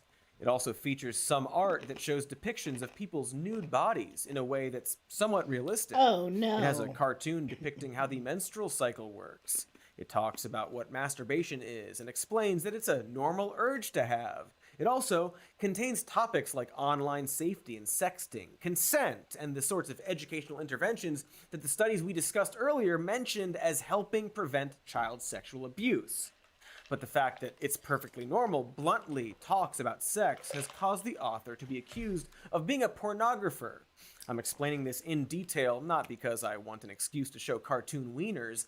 I don't need an excuse for that, but because this is the kind of pornographic content that conservatives say is in schools and results in so many book bans and attacks on education. Yes, the content is sexual, but aside from the obvious point that sexual isn't a synonym for pornographic, it's also clearly presented in an educational capacity. And the book's frankness about what sex is, including the sections that talk about sexual abuse, have actually helped children realize that they were being abused, leading to them disclosing the abuse to a trusted adult. Hey, MC, Literally, what's up? this book led to a 10-year-old girl recognizing she was being sexually abused by her father. She used the book to explain to her mother how she was being abused, and the father was convicted by a judge of sexual abuse. Wow. The judge commented, "There were heroes in this case. One was the child, and the other was the book." Wow, the author of see? It's Perfectly Normal, Roby Harris, explains why she's so motivated to offer kids a book on sex education despite the abuse she gets, saying, "I have been called a pornographer, a child abuser, every name in the book, as the saying goes. But whenever I am called one of those names, I think of that 10-year-old girl. I wish we never had to talk with kids about any of these aberrant behaviors. But we have to do so because they already know about them to some extent, and because kids have a right to have the accurate information that can keep them healthy and safe. They need to know how to get help to make any abusive behavior stop." So, why would anyone be angry at this book unless they wanted to keep kids in vulnerable and powerless situations? For the record, the answer isn't that they are all. So this book that these people are protesting actually helped save a little girl's well-being because it taught her that what was happening to her was not okay, where if it didn't, she would have not known. I don't think people realize that, like, kids don't know what it is when adults have inappropriate relationships with them. They don't know what is appropriate. They don't know what's going on. No conceptualization of normalcy. So when they obtain information like this, that shit tells them this is what's normal, this is what's not, it helps them get a sense of grounding. And in this case, it was very helpful to that little girl to realize that she shouldn't be experiencing what she was experiencing. This is why we need education and knowledge. And I like chewing on ice. Anyways. All literally groomers or pedophiles. That pastor, for example, might be fine. No idea. It's more that they are enabling grooming, which would explain why we have so many stories coming out of religious institutions. The church has, whether or not they meant to, built a culture designed to do exactly the opposite of helping children. And conservatives, often being religious and supporting traditional family values, are right there with them. Sex education seems to have fallen victim to this really obtuse view of what counts as grooming, specifically when it comes to any explanation of LGBTQ sex. Like, there are things in this book children No, should not. Not Tim Pool. This is Tim Pool. I hate Tim Pool. I don't think we've ever done a deep dive into Tim Pool. We should do that at some point. We should put him on our list in our burn book. Be told about. But they explicitly they say it. They say that straight sex is presented as the norm to make 5% of the population feel abnormal. Listen, sex education is like, here's how humans reproduce. Sex education is not, here's how to feel real good. That's kink. That's totally different. My goodness. I guess if you don't want kids to have sex, showing them a clip of Tim Pool saying "feel real good" in a creepy trucker voice is an option now. Yeah, Tim, feeling good is kink. Great analysis from a sex haver. Tim here is talking about a book called This Book is Gay, which indeed was in at least one middle school. A scourge across the nation at least one middle school. The book basically covers sex education for LGBTQ kids and talks about things like Grindr and various sex acts. Not how to sign up for and use Grindr when you're a kid, as Tim claims, but acknowledging that it exists, is for people aged 18 and up, and when you're old enough to use it, there are useful practices that can keep you safe from predators and creeps. It's not actually different from some other modern sex education books, which have understood that dating apps are now something kids will be exposed to in life. And the idea that sex education is just to instruct kids on the literal act of procreation it's just a lie. Like, we know it's a lie. We've had sex education classes, which often cover things like STDs and contraceptives and oral sex and consent. The point is to educate kids so they don't stumble blindly into sex or get abused. Sex education for me growing up never included things like dating apps. I never thought about like how that actually would need to be a part of it now. It's like, hey, here's some dating apps, and then you would have to talk about like safe practices in using dating apps, you know, when you're legally able to do so. Such an interesting advancement there. That was definitely not a thing when I had sex education.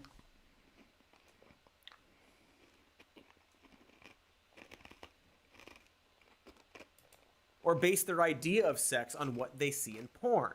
And it's just like pearl-clutching absurdity and possible foolishness and dishonesty that he would associate that with kink. Being gay isn't a kink, Tim. Kinks are like foot stuff or poop stuff or poop on foot stuff, or perhaps being humiliated publicly by the Majority Report's Emma Vigeland on your own show and then getting so mad about it that you call. I think I've seen clips of that. I want to check out the whole thing. We got to do Tim Pool. We should do a deep dive into Tim Pool next Friday, just so we can all be on the same page. I like to call him Tim Fool because he is a fool. Or a pedophile.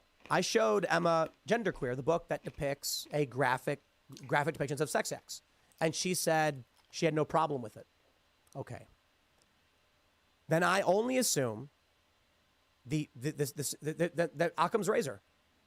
Emma wants children to be in positions to have sex with adults. I don't know what you'd call that, because I try to be fair and honest and really understand. And so many of us want to take the position that she doesn't really want to hook up with kids. She just is a tribalist who will say anything to defend the left. I just don't think we can do that, because that's not the simple answer. If an adult woman, Emma Vigeland, advocates for teaching kids to use Grindr and showing them porn, that's not. I can't make any other assumption other than she wants to engage in sexual activity with children. Ah, yes, indeed. Oh my Fair God. and honest. Occam's. I mean, you can see already how much fun Tim Pool's going to be to deep dive into. He has like the worst takes. That is the worst logic. That's not, he's not using Occam's razor. Like he's saying, like, all intelligently, like, if we're just going to take Occam's razor. No. What he's doing is the fallacy of just, what is it? It's a slippery slope. If you do this, then this means this. Then, you know, it's like slipping down to this other, like, travesty. Tim Pool is one of those other people who is like a dumb person's idea of a smart man. Just because he says Occam's razor and then spouts his bullshit, people think he's actually making a point. But people who actually understand, like, how Occam's razor works and, like, contextually and shit like that, they're going to be like, what the fuck are you talking about?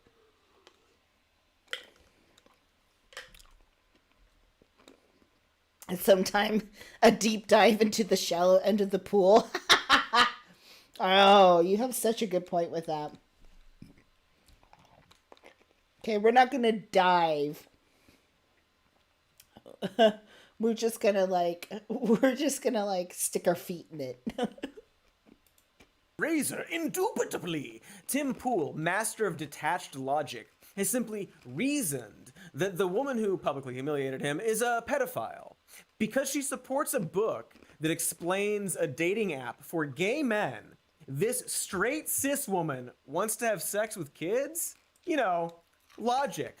Logic says she's a pedophile, not because he's mad and doesn't like her, you see, but because Occam's razor, indubitably. She had no problem with a sex education book being shown to kids. The book Gender Queer is once again just an educational book for LGBTQ kids. It has some graphic pictures showing sex acts, but so do a lot of these books. Here's one from the freaking 70s. And no, to be fair and honest, neither this nor This Book is Gay instruct kids to have sex with adults. They're simply educating kids about sex and dating. You can't conclude that by teaching kids about an adult dating app, they are automatically instructing kids to have sex with adults, any more than you can conclude that teaching kids about sex in general is instructing kids to have sex with adults. Sex generally is likely going to happen no matter what, which is why sex education is trying to get ahead of these subjects to protect and prepare kids. And so, fair and honest, Occam's razor and all that, I must conclude that Tim Pool has a problem with educating kids about dating apps or any sex-related topic besides the bare bones instructions of how to procreate, which we know, Occam's razor, fair and honest, would make kids far more vulnerable to things like STDs and grooming. Therefore, Occam's razor, Mr. Skate Park Beanie Man Tim Pool is in favor of helping groomers take advantage of kids. And also wants kids to get STDs, Occam's. I love that he keeps talking about the Occam's razor thing, because that really was just that made him sound dumber. But if you're not educated, like, he seems smart, but he's not. It's like, why would you say Occam's razor? We can only conclude or I can only assume that she wants to have inappropriate relations with children. What? Nobody says that slippery slope, you idiot. What the fuck is under that beanie? And he never takes that beanie off. Razor, either because he's fair and honest, an idiot, or because he himself has a more insidious agenda. And that's actually the explanation across the board, that these people are either dangerously clueless or actually want to hurt kids, right? It's really just the two possible things. The first is denial, that some of these people simply don't want to accept the reality of what grooming actually looks like, that it's more likely someone close to the child, often from a religious institution, and really has nothing to do with LGBTQ people. And for people like that, the idea of books educating kids on the subject is the equivalent of taking away their innocence. We hear a lot of parents complaining that we need to let kids be kids when talking about sex education. But again, sex comes for these kids no matter if we educate them or not. And that's what these people can't accept. And so in wanting to shelter children, they end up making them even more vulnerable. The second reason is way more malicious and possibly subconscious for at least some of them. And that reason is that these people actually have no problem with grooming or indoctrinating children, but rather are angry that they aren't grooming and indoctrinating them their way. It explains a lot of the contradictions, why people like Matt Walsh can claim LGBTQ people are pedophiles while supporting child brides and the like. For them, they are completely okay with a child, specifically a girl, being groomed for sex and exploited, so long as that happens under a so-called traditional hierarchy. Specifically, a religious hierarchy with men at the top and women serving as baby incubators. So, have you been a great woman? There ain't nothing wrong with being a trad wife. Being a trad wife's based.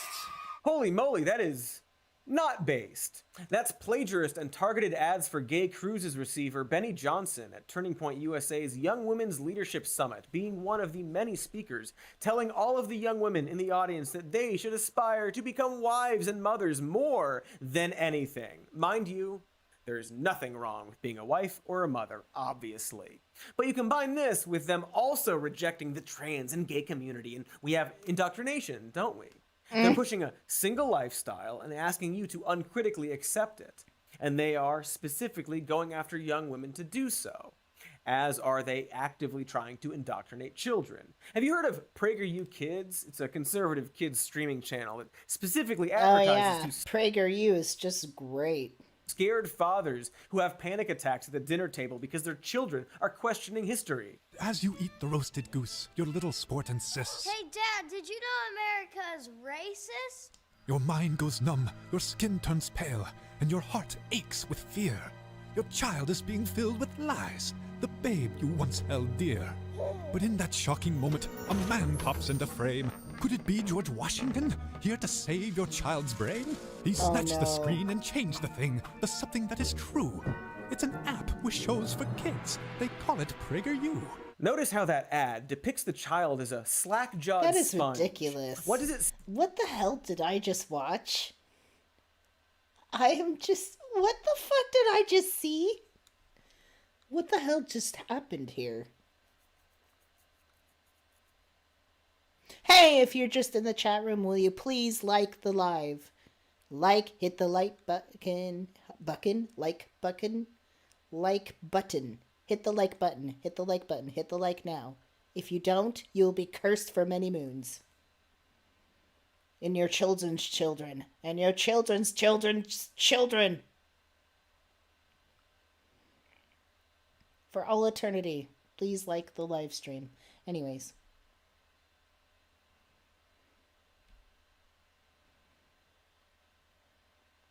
Three of you have not liked.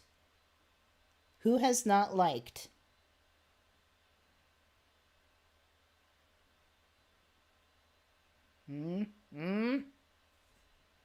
There we go. Say that this kids program isn't even advertising to kids, but also seems to actively show contempt for them, frames them as easily indoctrinated goofs who never ask questions. And do you see left-leaning groups announcing their own political kids shows like this? It's only on the right. I guess they would justify this by pretending that mainstream education is secret leftist indoctrination so that they can consider this retaliation. But the reality is that there's only one group of people here actively trying to force a specific lifestyle and narrative on kids. There's only one group of people downplaying and allowing the church's widespread sex abuse of kids. There's only one group of people going to school board meetings and trying to remove books designed to teach kids about sex abuse. There's only one group of people fighting laws that are designed to raise the age of consent and marriage. There's only one group of people who get angry when a teacher tries to tell kids that people are different and that's okay. And there's literally only one human running a conservative compound skate park like he's trying to recruit kids into the Foot Clan. And it's really fucking weird that those are the same people who are on the attack when it comes to grooming accusations.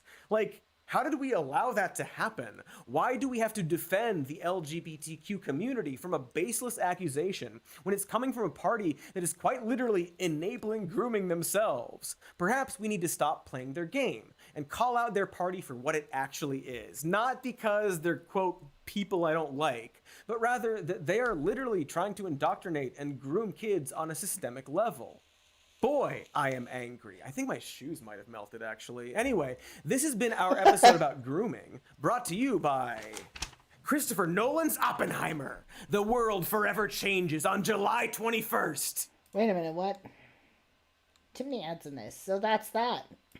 Interesting. Yeah, the guy's a bit eccentric. Some of the wordage I don't really agree with, but that was really informational. Really informational. So Susan, this was a video about this guy examining like what grooming really is, and anyways, it was really good. And pretty much anybody who's opposing sex education is also opposing like sex abuse education, because it has single-handedly, like some of these books have single-handedly helped kids recognize that they're being abused.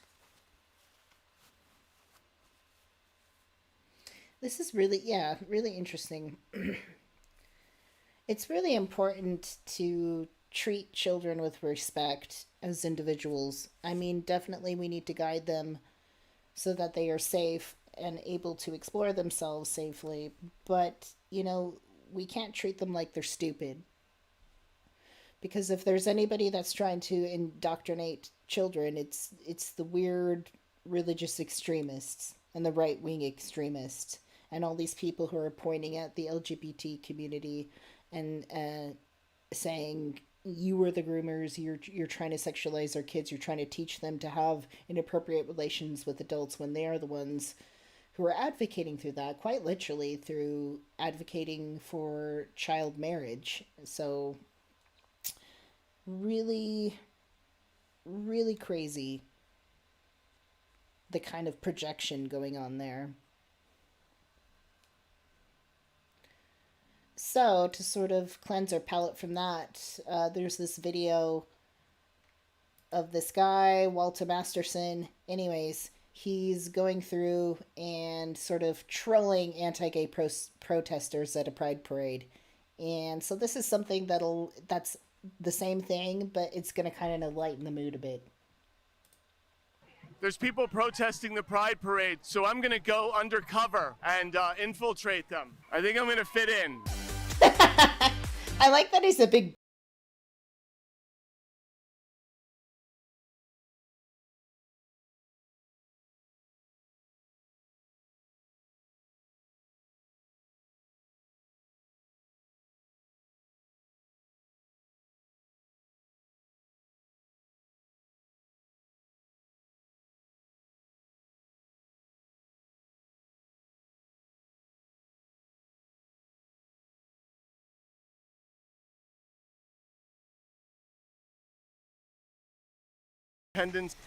Okay, before we get deeper into this, I need some more juice and some more ice in my cup. And I need to adjust this light back here.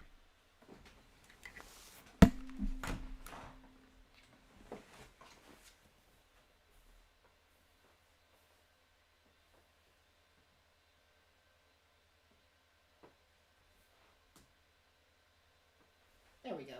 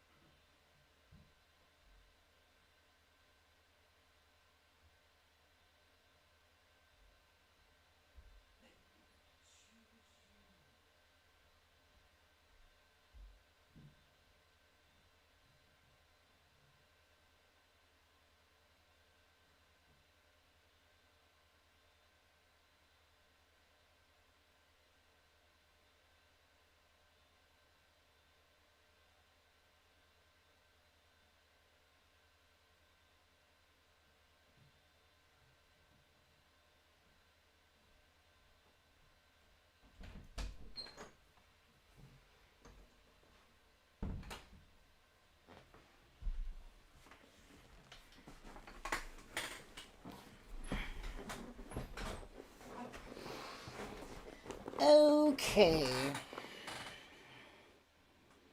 Well, hello, Adam. How are you?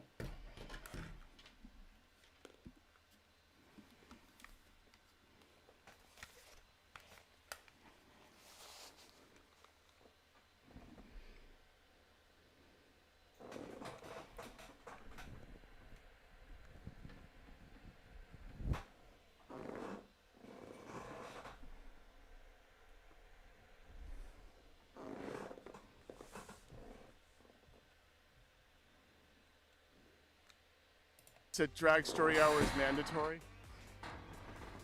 Hey, pal, go away. Go away.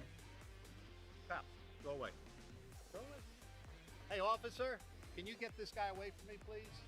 I'm just exercising my Fifth Amendment rights. He's intimidating me in my face. I'm being intimidating. I mean, come on. I'm grooming him right now. Is this why you stop confrontation? The cop just said I'm in a public space. Wow. You know, Dude, where are we? You got a good point. Are you taking my picture? I can't be on Facebook. was Oh he- no. why Don't did he put me just on agree? Facebook. He's gonna put me on the internet. I've been outed. They're gonna What the out fuck? me. Oh my god. Not Facebook. Wait, that guy didn't want to be on video.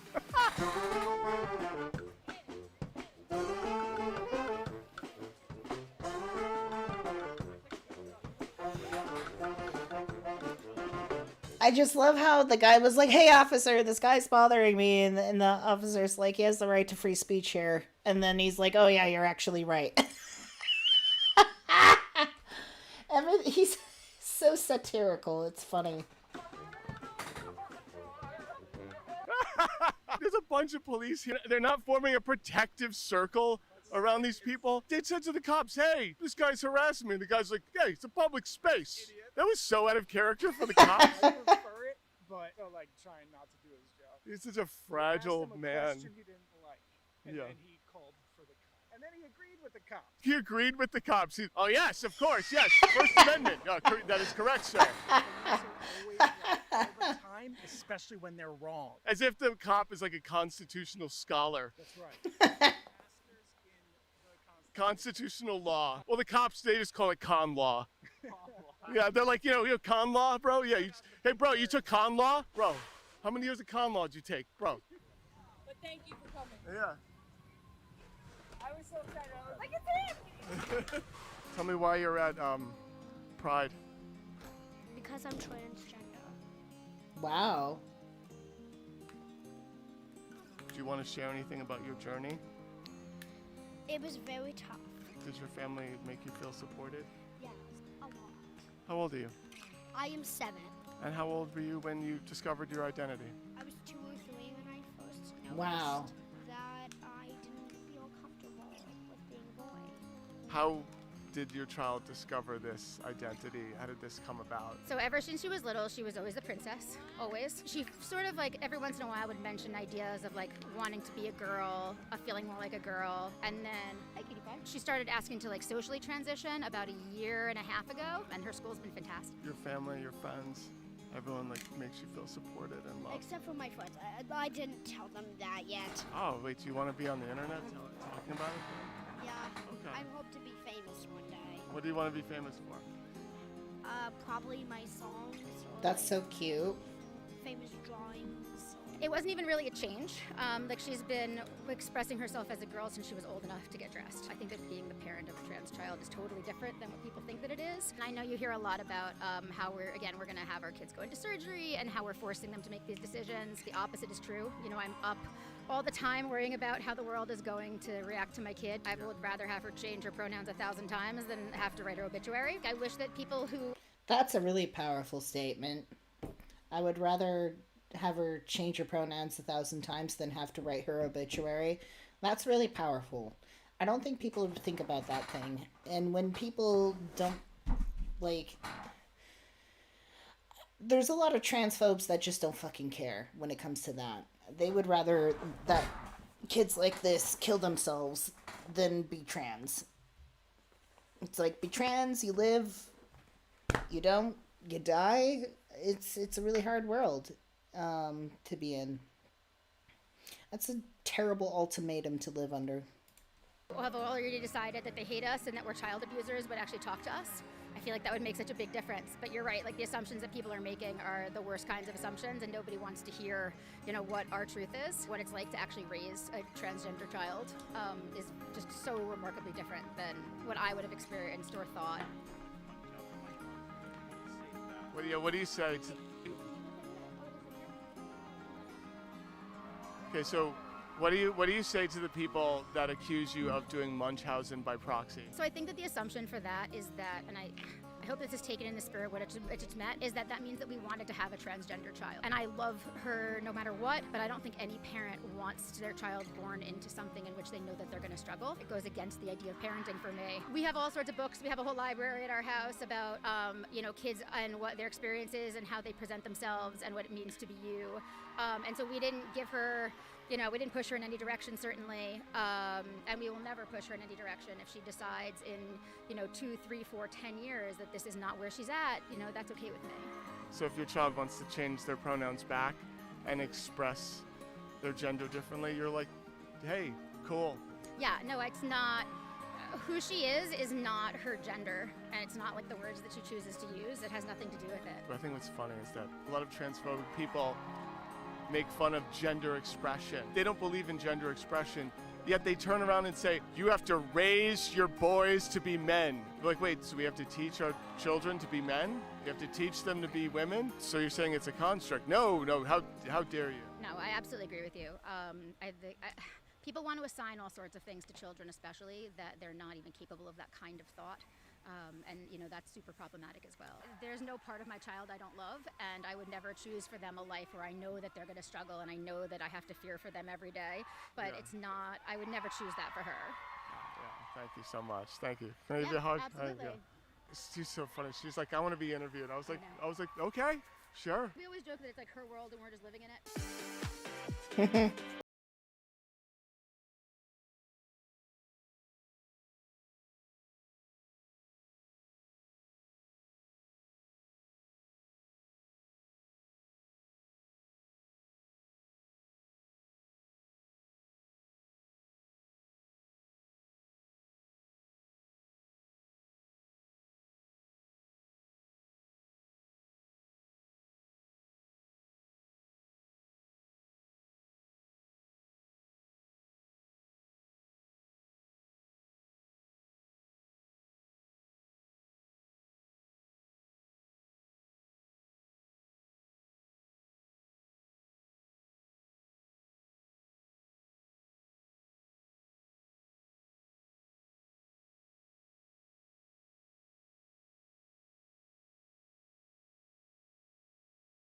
Or what, your second grade son, third grade son to Hooters. It's been a long time since I've had an unsupervised visit with my son. Supervised? You're an adult. I know, but you know what? I shouldn't have to be supervised. Thank you. What? My visits with my own son should be unsupervised. I just had to start, catching up on my child support. I feel like that's cancel culture. That's not cancel culture. Danny's totally making fun of divorced dad culture right now. You're being a bad dad. Drag queens and all that, they aren't overly sexualizing women and creating a really horrible image for them. You can walk over there and look at the drag queens and they're not showing anything. They're in full length clothing and they're just performing a show. They're being very respectful. They're also giving out water and making sure everybody's staying healthy and safe the entire time. I think they do. I think they know he's playing a character. I think they're just frustrated with the actual arguments themselves, not necessarily like him. They're also not naked. Maybe you should stop this line of generational trauma where you're pushing this toxic idea of masculinity. It's almost like role play therapy. It's like, I'm the nasty right-wing extremist and I'm going to give you the talking points. So I feel like the passion is there. Onto your children. We're too soft on our children. We don't spank them anymore. Well, that's abuse. That's because it's illegal. It's been illegal. They call it trauma bonding. Well, they Gender expression, it's just silly. But I want to raise my child to be a man. Well, even my dog disagrees with that. Gender expression is silly, but you want to raise your boy to be a man. Can you repeat that? Yeah, that is gender expression. You want your son to have gender expression, but you're saying I want to. Expression is silly. Yeah, I want to raise my boy to be a man. Wait, I feel like the dog wants to talk. If it's a construct, then why do I have to raise my boy to be a man? You don't. Nobody told you that you have to do that. You're choosing to raise your boy to be a man. No one has ever. You brought your said son that to anyone. Hooters.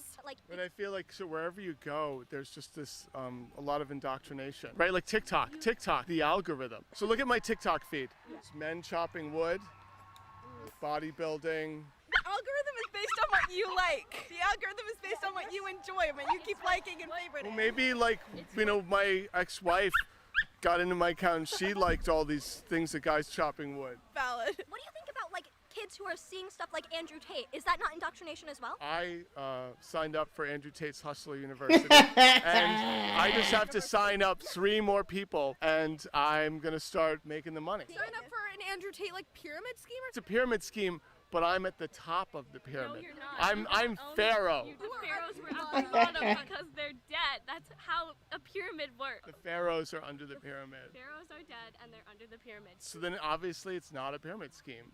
Because I'm not dead and I'm at the top of the pyramid. Okay, it's supposed to trick you into thinking you're not in a pyramid scheme. So it's called an affiliate link. And every major corporation has an affiliate link. And as long as other people sign up for his Hustler University using my affiliate link, I think we'll be just fine.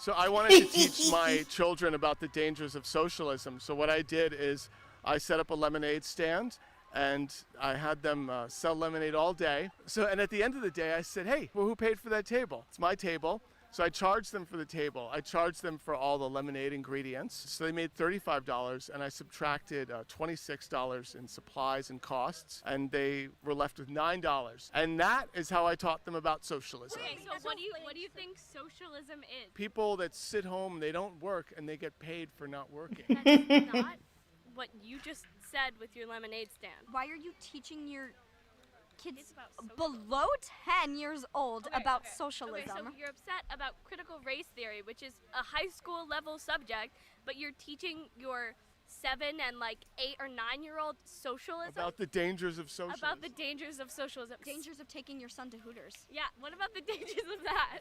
And guns. And guns.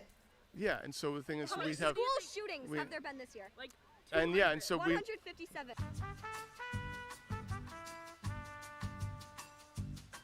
This is my plan to keep schools safe. Is Yeah, what are you gonna do? I want the schools to be filled with cops. Maybe like the cops can be teachers, and the students can also be cops, and we can build a panopticon. We build a panopticon. So a prison. South Park? As to what should be happening in our schools? South Park and TikTok are your references for this interview? Libs of TikTok. South Park and TikTok are your Libs of references? TikTok. Libs of TikTok are your references for Yes. this interview? What are you protecting your family from? Like with your guns? You know, these people from the inner cities that are in the opioids and stuff like that. What? Bail reform. The bail What? reform. Why? You're just pulling out big words out of your ass. You have no idea what they mean. We should ban teachers What does from this have to do teaching with about this gender, single thing but that we I should be said? able to teach about gender. I should be able to go to universities and teach it. Do you know how people become teachers? You have to like get anointed by George Soros or something. I think that's a little bit far off. My mom works at a school, and she had to go to college, and then she had to go to graduate school. And now she teaches critical race theory. What do you think critical race theory is? It's like so it's like when you teach like history and stuff like that. That's and not critical race theory. Critical race theory is like how race impacts a lot of our culture. Critical race theory is taught in college levels. So let me ask you something. My cousin came over the other day, and she tells us all that, today I learned that George Washington's teeth came from slaves. Do you think that's an appropriate lesson for a second-year law student? Yes, that is A second-year law student. Last time I checked, law school is about learning the Constitution. Yes, but you can also learn other things as electives. You can choose other classes, and you can learn about history when you're in a law school. But you said you wanted to teach at a university. No, what? No, I wanted to speak at a university. Just go there to speak, to deprogram people. You have to be a pretty important. I mean, Matt Walsh does it all the time. Matt Walsh? Who is that? He's like the Daily Wire guy that my brother's obsessed with. Brother. Austin. Oh my God, that's My brother's obsessed with. I've heard some of his videos. He just spews anti-trans stuff. He spews stuff that he has nothing to do with and honestly don't matter. If you want to talk about this person's brother, I had a conversation with him. I had a debate with him, and he repeated the same 2 things that didn't go together at all.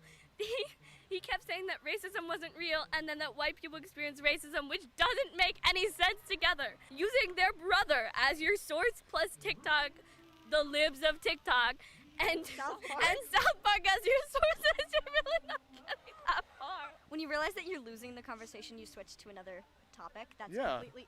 Yeah, that's how you win debates and own the libs.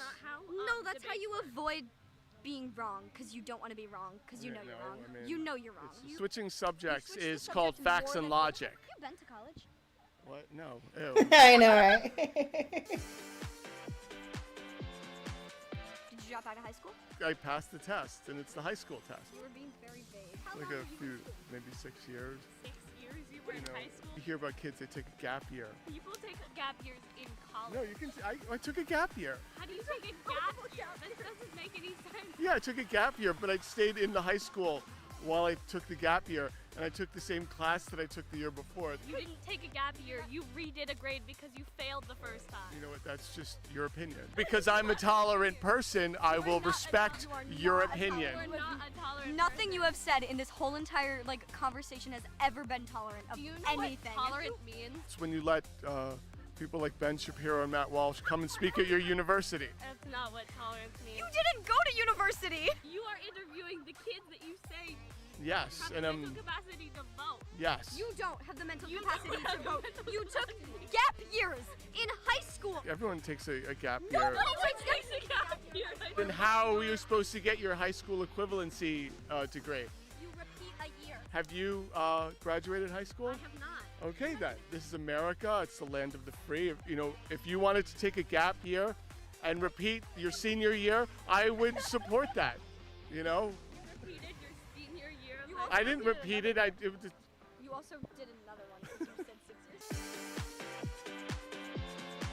said 6 years.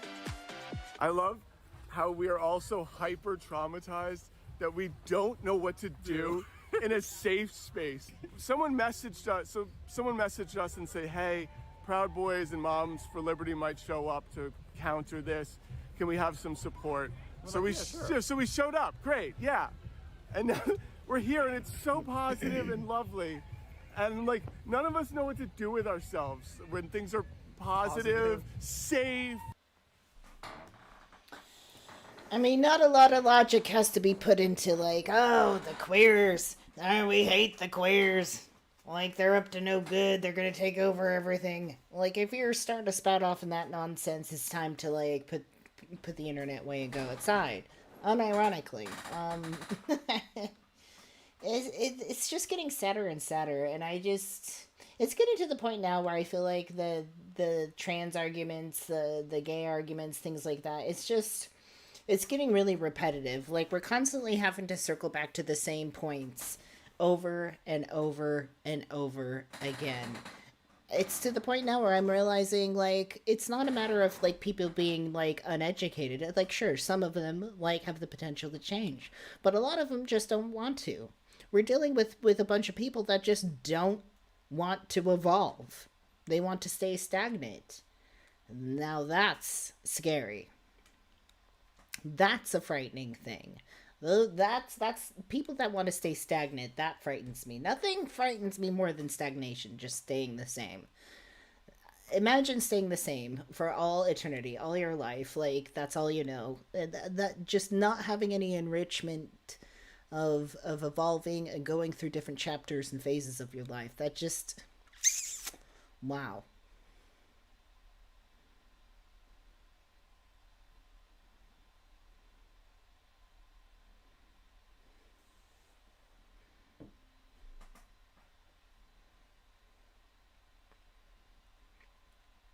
So, moving on, we are going to cover a little bit about this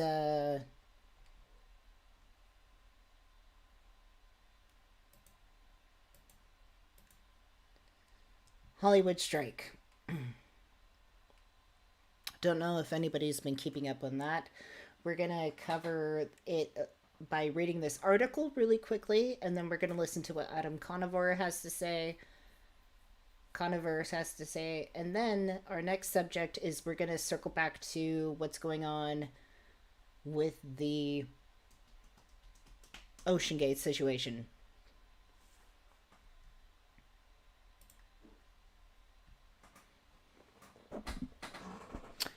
So,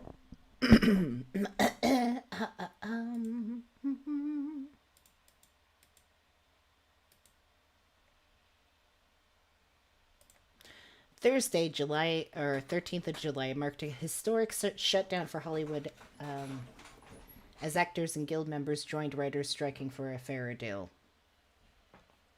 So these organizations went on strike. And this is the first time since 1960 that both actors and writers have picketed the film and television production companies. It is disgusting. Shame on them.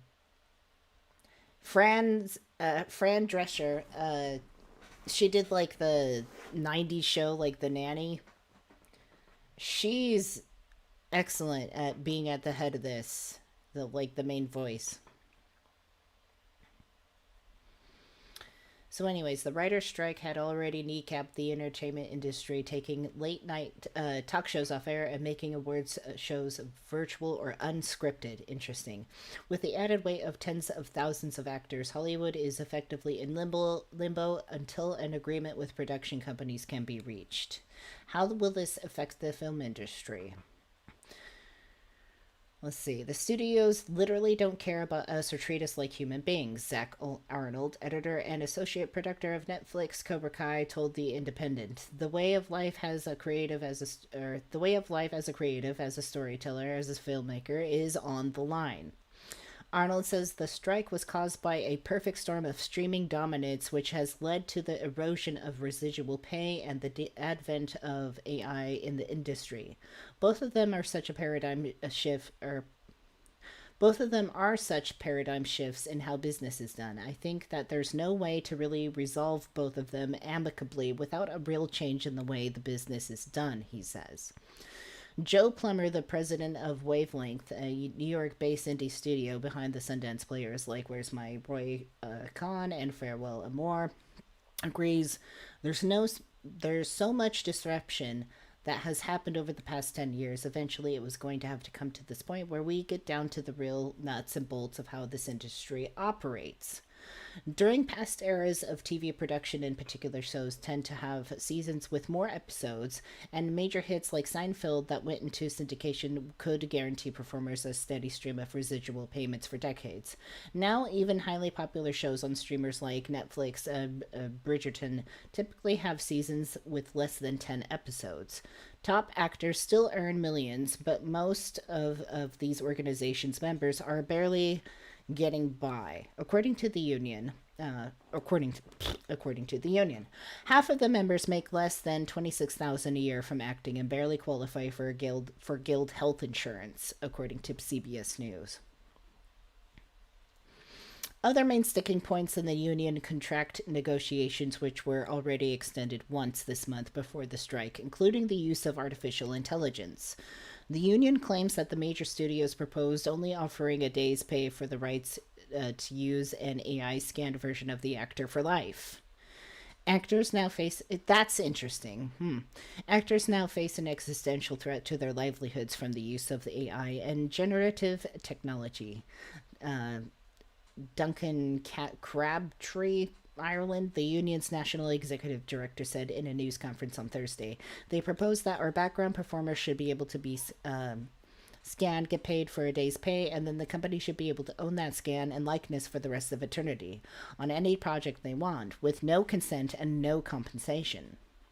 The studios have said this as an inaccurate description of their position, that AI scans would only be used in the production in which an actor was already employed.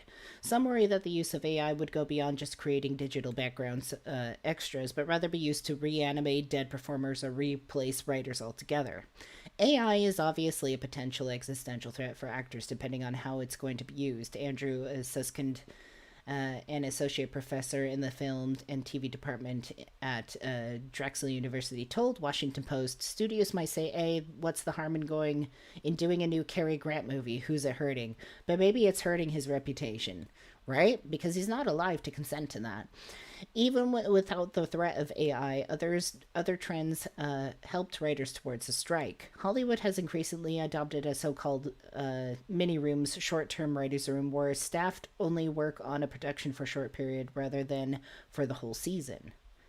Union members say that this practice has made it increasingly difficult for young writers to attain even the modest middle-class lifestyle in the TV business. If we're up to me, I'd outlaw mini rooms. They have destroyed the quality of TV shows and decimated writer pay. Mini rooms are one of the main reasons I voted to strike, tweeted Claws writer Darren Dortch. Learning about mini rooms made it suddenly make sense to me that so many shows seem to struggle with continuity or a continual season arc these days. No wonder. So how are actors responding to the strike?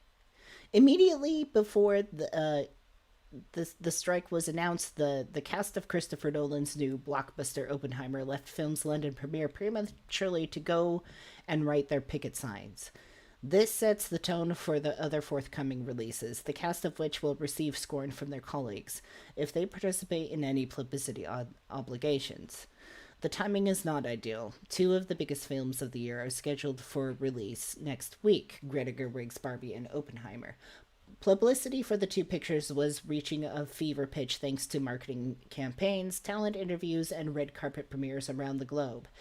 As these unions, grounds to a halt, so too will the publicity trains. Following the announcement, SAG mentioned a memo to all of its members explaining the boundaries of what they were and were not allowed to do via Variety under the terms of the strike. So, principal on camera were okay, except as set forth in the notice of members regarding non-struck work, all covered services and performing work under the TV theatrical contracts must be withheld, including but not limited to acting, singing, dancing, performing stunts, piloting on-camera aircraft, puppeteering, all of this camera editing, all of this stuff, pretty much everything. So how has this affected the TV industry? Meanwhile, TV networks are expected to pivot to reality series and game shows, which are unscripted and do not require actors. Late-night shows such as The Tonight Show, starring Jimmy Fallon and Jimmy Kimmel Live, have been dark since. May rely heavily on scripted monologues and comedic segments. Yeah, there's a lot of shows that rely on that. Reoccurring dramas like ABC's Abbott Elementary and Grey's Anatomy will be replaced in the September schedule by game shows like Celebrity Wheel of Fortune and Dancing with the Stars, according to the New York Times. Due to the lengthy scale of the TV production times, the full effects of the strikes are unlikely to be felt for months or even years. Casey Bloys, the chairman of HBO, told Variety on Wednesday that at least through the end of 2023 we are okay. Then into 2024 it starts to get dicier. Arnold warned The Independent that due to the scale of these organizations' demands, he believes that the actors' strike could continue all the way into winter. This is going to be a game of chicken. Who is willing to swear first? The issue, he points out, that the writers and actors are not key workers like doctors or nurses, so there won't be public demand for the studios to cave to their demands. Streaming companies like Netflix have billions of dollars and enormous backlog of content which they can afford to sit back on while low-paid creative struggle.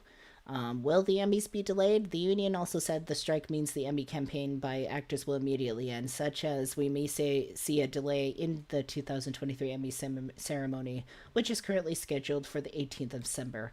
Oh, I can only hope. The nominations for this year's awards were announced on Wednesday, 12th of July, with the Television Academy Chair Frank expressing his wishes for the ongoing guild negotiations to come to an equitable and swift end. Full list of nominees. I don't give a shit. Interesting. It sounds like art and creative production is taking a shift in how it's done with new technology. And frankly, let's not blame the AI, okay? AI is created by us. We tell it what to do. It's not at fault. But I think there does need to be some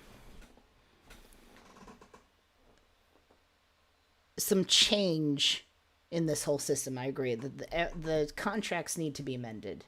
Let's see. Let's listen to Fran Drescher.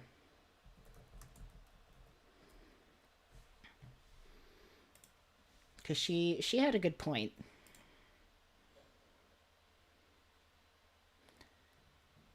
I don't hate AI. I definitely don't think that should be dogged on here. I think the system of how Hollywood operates and these creative system operates, that's what needs to be looked at here.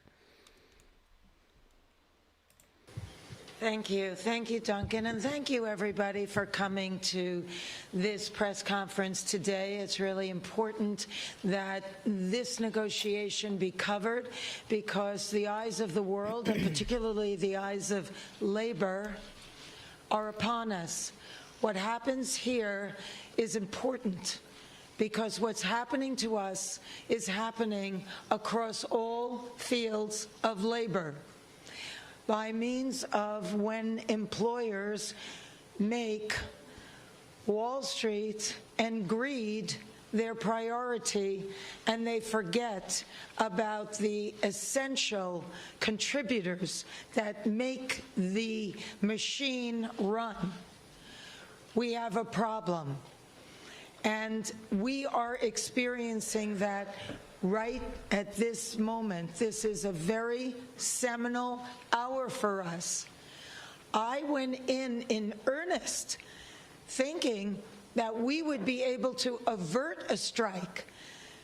The gravity of this move is not lost on me or our negotiating committee or our board members who have voted unanimously to proceed with a strike. It's a very serious thing that impacts thousands, if not millions of people all across this country and around the world. Not only members of this union, but people who work in other industries that service the people that work in this industry. And so it came with great sadness that we came to this crossroads, but we had no choice. We are the victims here. We are being victimized by a very greedy entity.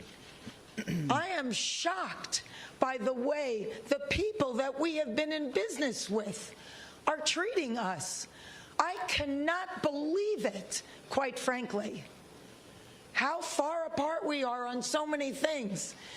How they plead poverty, that they're losing money left and right when giving hundreds of millions of dollars to their CEOs. It is disgusting. Shame on them. They stand on the wrong side of history at this very moment. We stand in solidarity, in unprecedented unity. Our union and our sister unions and the unions around the world are standing by us, as well as other labor unions. Because at some point, the jig is up. You cannot keep being dwindled and marginalized and disrespected and dishonored. The entire business model has been changed by streaming, digital, AI. This is a moment of history that is a moment of truth. If we don't stand tall right now, we are all going to be in trouble. We are all going to be in jeopardy of being replaced by machines and big business. Who cares more about Wall Street than you and your family? Most of Americans don't have more than $500 in an emergency. This is a very big deal, and it weighed heavy on us. But at some point, you have to say, no, we're not going to take this anymore. You people are crazy. What are you doing? Why are you doing this? Privately, they all say we're the center of the wheel. Everybody else tinkers around our artistry. But actions speak louder than words. And there was nothing there. It was insulting. So we came together in strength and solidarity and unity with the largest strike authorization vote in our union's history. And we made the hard decision that we tell you as we stand before you today. This is major. It's really serious, and it's going to impact every single person that is in labor. We are fortunate enough to be in a country right now that happens to be labor friendly, and yet we were facing opposition. Well, so labor. What do you mean by labor friendly? I kind of want to unpack that for a minute. Like, I mean, I totally stand behind her, but it's like, this is America. This is reality. This is if only we could get this kind of unification from in other aspects of people, you know, in the working class. But it's like, this is the way the world is. We got to change a lot more than just, I mean, I'm happy for this strike on the writers and actors. I think this is good for that industry, but we need this across to like a fucking like country level or global level. Unfriendly, so tone deaf to what we are saying. You cannot change the business model as much as it has changed and not expect the contract to change too. We're not going to keep doing incremental changes on a contract that no longer honors what is happening right now with this business model that was foisted upon us. What are we doing? Moving around furniture on the Titanic? It's crazy. So the jig is up, AMPTP. We stand tall. You have to wake up and smell the coffee. We are labor and we stand tall and we demand respect and to be honored for our contribution. You share the wealth because you cannot exist without us. Thank you.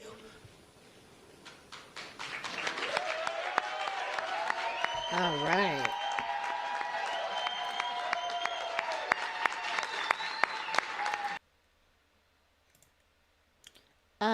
Let's listen to Adam, because Adam's been pretty involved with this. I've seen him post a lot of I follow him on Instagram, and I see him post a lot about picketing and stuff, and he's actually out there like on the spot. So I'm curious to hear what he has to say. This creative controversy, creating controversy, what's happening in Hollywood right now, where the writers and now the actors have joined them in solidarity in something that we haven't seen since the 60s. And they're fighting the CEOs like Bob Iger, who's saying they don't have realistic expectations for what it is that they want. Adam Conover was on the picket line, and a video went viral. We're going to play some of this sound for you while he's on the picket line, talking about the idea that a CEO making about $26 million a year, returning to 5 times the bonuses that he used to get while the writers strike over a lot of stuff that you're seeing that is super unfair. Here is his righteous rage on the picket line. The CEO of Disney went on TV and said that what writers and actors are asking for is not realistic because they just don't have enough money to pay us. But he said this at a billionaire retreat where he was hanging out with Mark Zuckerberg and David Zaslav that they all flew to on their private jets. And you know what? I don't think that's realistic. Here's a dose of reality for you, Bob. Writers cannot afford to pay their mortgages.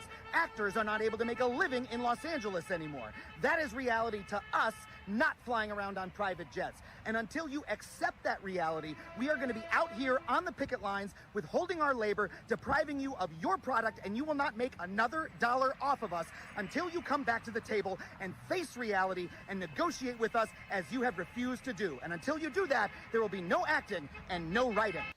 Adam, thank you for joining us now. You're smiling at yourself. What are you doing there? From rage to you're smiling at your rage. What's happening? He's admiring the bars. You know, I am admiring it. There's nothing that feels better than getting to be at someone like that for a justified purpose. You know, I love screaming at a CEO when I know that the public is going to be on my side. That's, you know, what I do as a comedian, and it's really fun to get to do it in my union work as well, to get to start. What is it about everything that's happening right now that makes you angriest?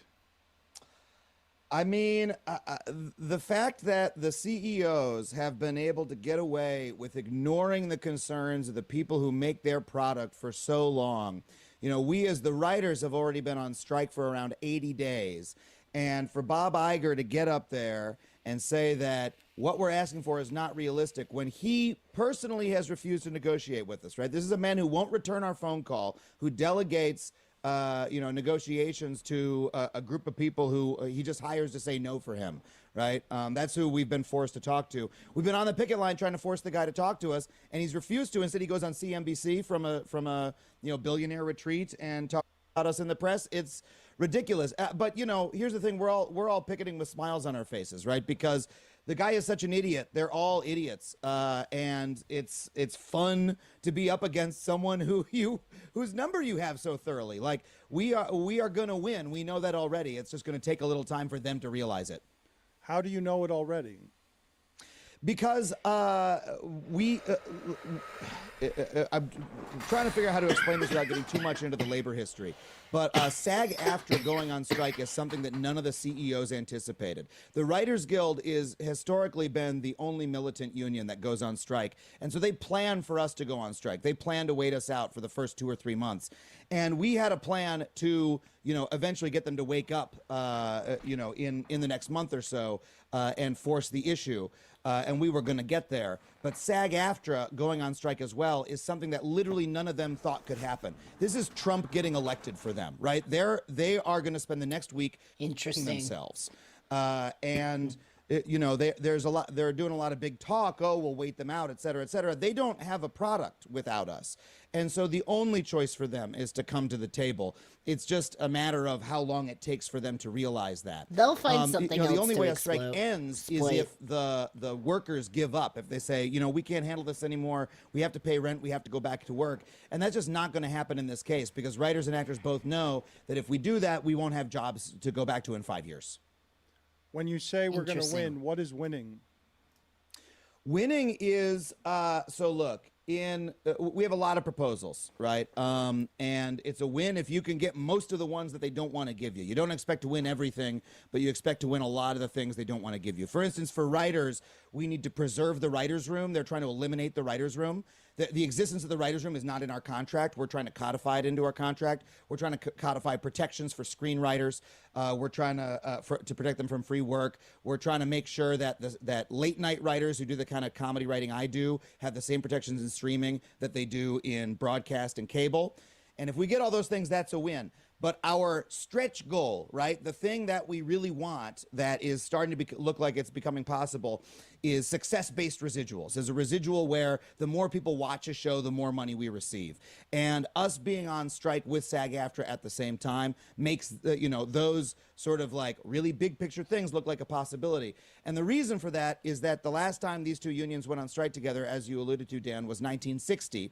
And what we won in 1960 was our health and pension plan, the existence of the health and pension plan, and the existence of residuals at all. Residuals were invented in 1960. So now that we're both on strike again, we have the opportunity to fundamentally restructure how compensation works in Hollywood again for the coming, next 50 years. And I have every confidence we're going to do that. I mean, it's a brand new landscape and everything is still falling into place, but that's my optimism. That's what it looks like to me. Did you know, were you surprised by the actors coming in that strongly behind you? I mean, if you asked me a month ago, I would have tempered your expectations and said, you know what, we stand with them. I hope they get a really good deal. But as we got closer and closer, you started to hear this drumbeat. You know, you started to see the things that they were saying in the press. You started to see that every time that the SAG-AFTRA leaders made a statement about how well things were going and they felt they were going to get a deal, their membership would respond by saying, like, no, we want to go on strike. Not that we want to go on strike, but we want to go on strike if there isn't a good deal, right? Their membership started rising up more and more as the days went on. You know, as we were striking as writers, we started to see more and more actors join our picket line before a strike was even called. So, and then we started seeing the two sniping at each other in the press, SAG-AFTRA and the companies. So it started to feel more like a drumbeat, like we were going in that direction. And I became pretty certain within the last 4 or 5 days. What do you think AI is going to be? Like, what I would not, all of this is something that would have been Mandarin to me, trying to understand it 5 years ago. The idea that all of creativity can be replaced by computers. Well, I don't think it's the case that all of creativity can be replaced by computers. I think that, let's be clear, the term AI is a marketing term that the tech billionaires came up with in order to make the technology sound like it can do more than it can, right? They have a couple of new technologies which can do some interesting things. They have large language models which can output text that resembles text that other humans have written in the past, right? And they have new ways to make people's, make a computer-generated image look like someone's likeness, right? It's essentially just better CGI. And those technologies pose different threats to actors and writers. As far as writers are concerned, large language models cannot do the work of writers because I want to be really clear about this. Writing is a lot more than outputting text, all right? I think that a lot of you folks probably know this. It's not simply just like, oh, we strung a bunch of words together. Writing is talking to other humans and finding out new information about the world, having an idea about how that could be a script, right? Outputting some text, sure, then going and talking to the director, talking to the actors, talking to the studio, making the changes that they require, going to set, like all those things. That's the work of a writer. But our employers are dumb and ignorant enough about what we do to think that they can replace us with just this thing that outputs text because they don't really know what writing is. They think it's just outputting words. And so I think it's likely that in the next couple of years, some that's tech an interesting comes to point. the studios and says, guess what? We have a super AI. You input all your scripts. We'll output you new scripts. You can fire all your writers. And it's not going to work because they're wrong about what the work of writing is. They're still going to need us. But if they follow through on that dumb plan, they could hurt a lot of writers in the process. And so we have contract provisions in our contract to prevent, in our proposals that we're trying to get put into our contract that would prevent them from hurting writers with a cockamamie scheme like that. Actors are under a much greater threat. There's already been cases where SAG-AFTRA voice actors have found their voices used by Apple Audio, like so-called AI audiobook narration, without their consent or compensation. Oh, that's There was a big messed. Wired story on it a couple months ago, and that was the That's canary in the fucked coal up. mine. Actors are very much at risk of having their likenesses stolen by the companies and reused without their consent and compensation. And that's what SAG-AFTRA is fighting for, and really support them for doing so. What can you tell me are the details? Because there have been a lot of them, right? Orange is the New Black. An actress says she made $27. And there have been a lot of details that the general public did not know. What would you point to as the most appalling of the details you've come upon, even though you know the industry, where you're like, you got to be kidding me. That is a level of unfair that's preposterous. I mean, there are so many, Dan.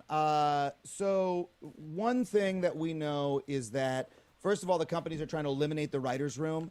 What they're starting to do is pay showrunners a bribe to not hire writing staffs at all. They're like, you could write the whole show yourself, like Mike White or like Taylor Sheridan, and we'll pay you an extra little bonus. If we allow them to do that 5 years from now, there's not going to be a bonus. They're just going to be requiring one person to write a whole season of television all by themselves, which is what they force people to do in Korea. If you've seen, the horrible working conditions that come out of Korea.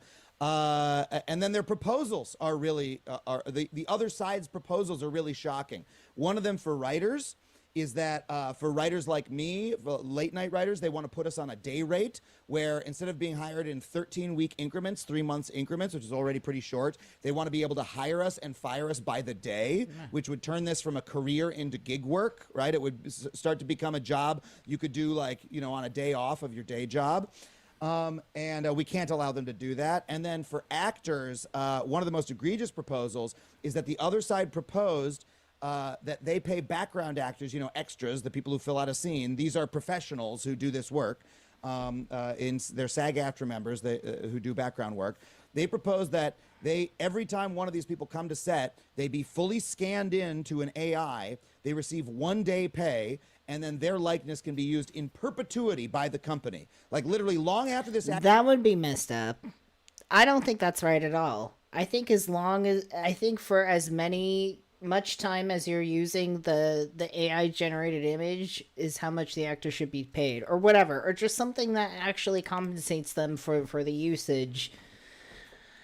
But it's just like, I don't know, it's like they're treating it just like a stock image essentially, or stock video. But stock images and video are limited. I mean, there's only so many times you can use them. But if you're able to just like put a scan of an actor or an actress in any situation that you want forever, I mean, that's kind of messed. Also, what about like actors that have already passed? Like, how are they going to get that? Like, do they have to contact the remaining family for the rights to that? Actor is dead, you'll see them walking around in the background of scenes, and they won't receive any money. Their kids won't receive any money. This is what these people are proposing to us as things that we should accept, and that would be reason enough to go on strike. But we also have a lot of issues we need to be taken care of as well. Your hair is tremendous. You need to stop. Thank you. You need to stop fussing with. I mean, in that case, if it boiled down to that, then it's like, all right, you can scan my image, but it's going to be for billions of dollars. Like, I better be set for fucking life. And it's fine just the way it is. You don't have to fix anything. It's beautiful. Thank you. Thank you for your work and your righteous cause, sir. Thank you so much, man. If I can plug really quickly, if folks want to support the strike, go to entertainmentcommunityfund.org. Any money you donate there will go directly to workers who are affected in film and television. Entertainmentcommunityfund.org. They do wonderful work. Thank you, sir. You do as well. Thank you so much.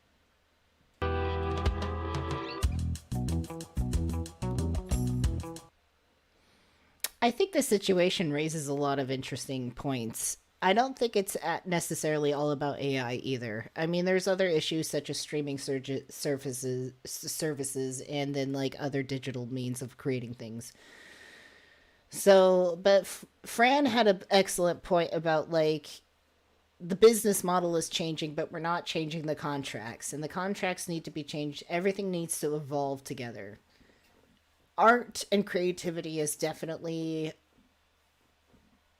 on a serious like cornerstone of change right now. It's going to be vastly different from here going forward than we've ever known it in our lives before. That much is true. I don't think it's right to necessarily demonize the art forms. I think what needs to be demonized is the people exploiting the art forms or using the art forms to exploit other people and completely just auto-generate the art for money. It's going to get really dull really fast. I don't think that part is going to work. It's going to definitely collapse at some point. But I would love to see a sort of like digital renaissance of people utilizing this new technology into new art forms and actually getting compensated appropriately for it. That is what I am excited to see. I think things like AI art should be a tool, something to incorporate into a bigger picture. I think we're going to see a lot of interesting creations moving forward, but hopefully we can put an end to exploiting people using that.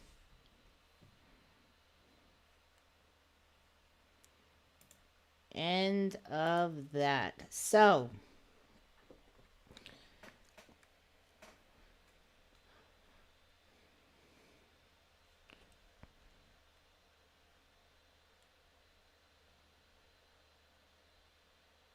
Yes, destroy the system.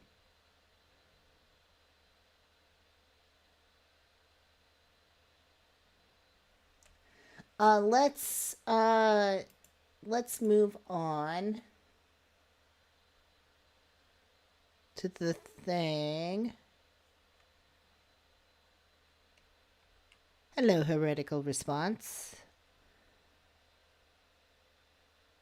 Lee says, use my meat suit for half of the day and deep dive the other half.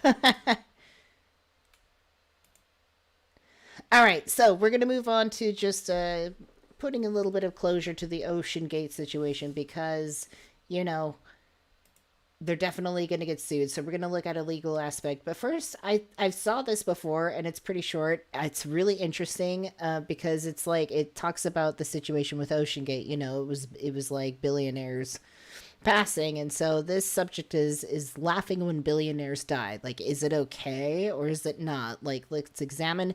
Now, I'm not sure if I completely agree with her perspective, but she brings up extremely good points. So I thought we should watch it. I also love the way she looks too. That should be shared. Can I ask you a question? Is it ever appropriate to laugh when a billionaire dies? Well, that's what we're talking about in this video. As early as 2018, there was concern about the Titan's design. A former employee says that when he raised safety concerns, Rush fired him.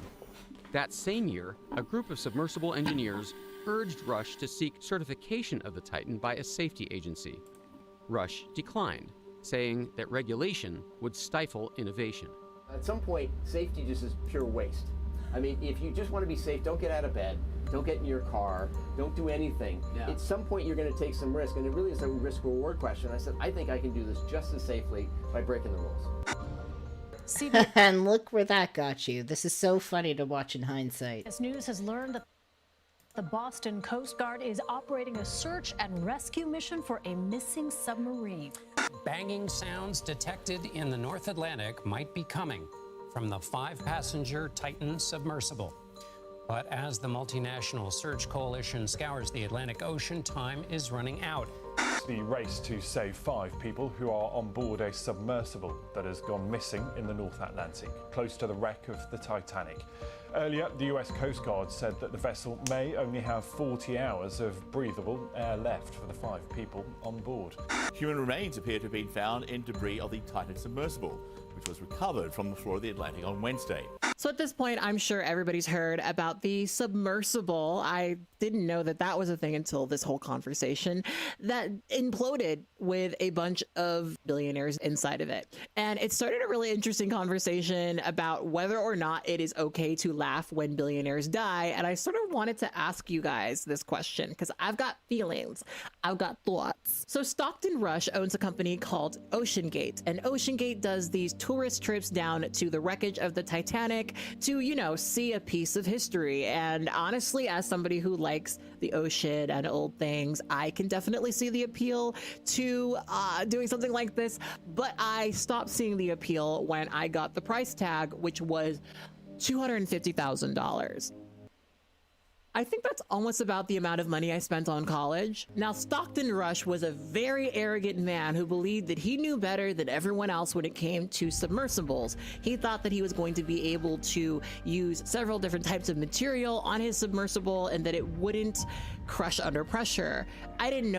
I mean, this isn't even the only example of like a billionaire being eccentric enough to do some ridiculous shit that endangers people's lives. I mean, that's pretty much all they fucking do. Know this until this conversation, but it makes a lot of sense. You know, I didn't really pay much attention in science class. I was sketching in my sketchbook instead. But apparently when you go really far down in the ocean, you have to account for the amount of weight of all of the water above you. And Stockton Rush believed that he could make a submersible using unorthodox materials. He was emphatic that the important parts of the Titan were rock solid, like the carbon fiber body for which NASA served as a consultant. There's certain things that you want to be buttoned down, and that's the pressure vessel. Once the pressure vessel you're certain it's not going to collapse on everybody, everything else can fail. Your thrusters can go. He was definitely not certain. I mean, he may have been certain, but it certainly wasn't the case. Lights can go, you're still going to be safe.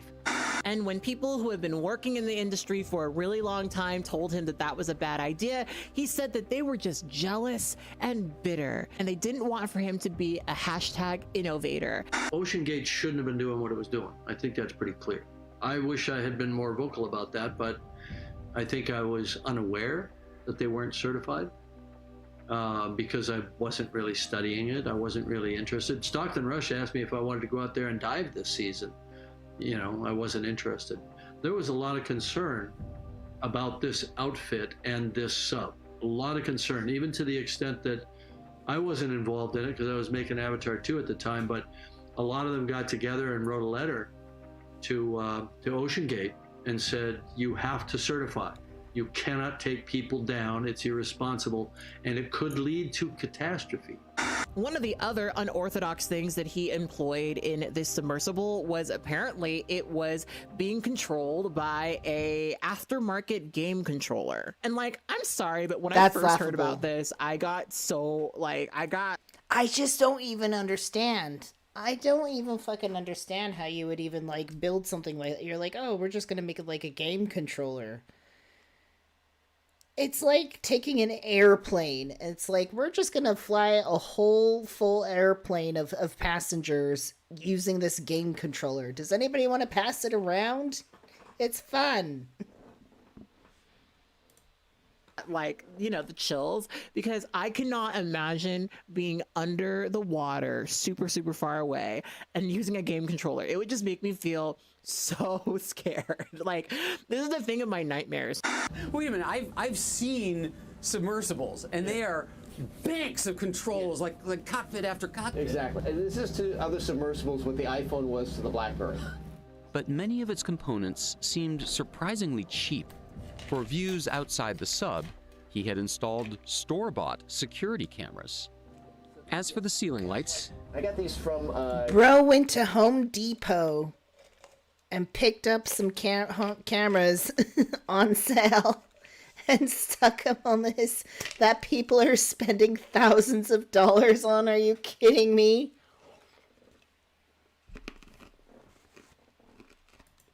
Camper World. And then there was the steering unit. We run the whole thing with this game controller.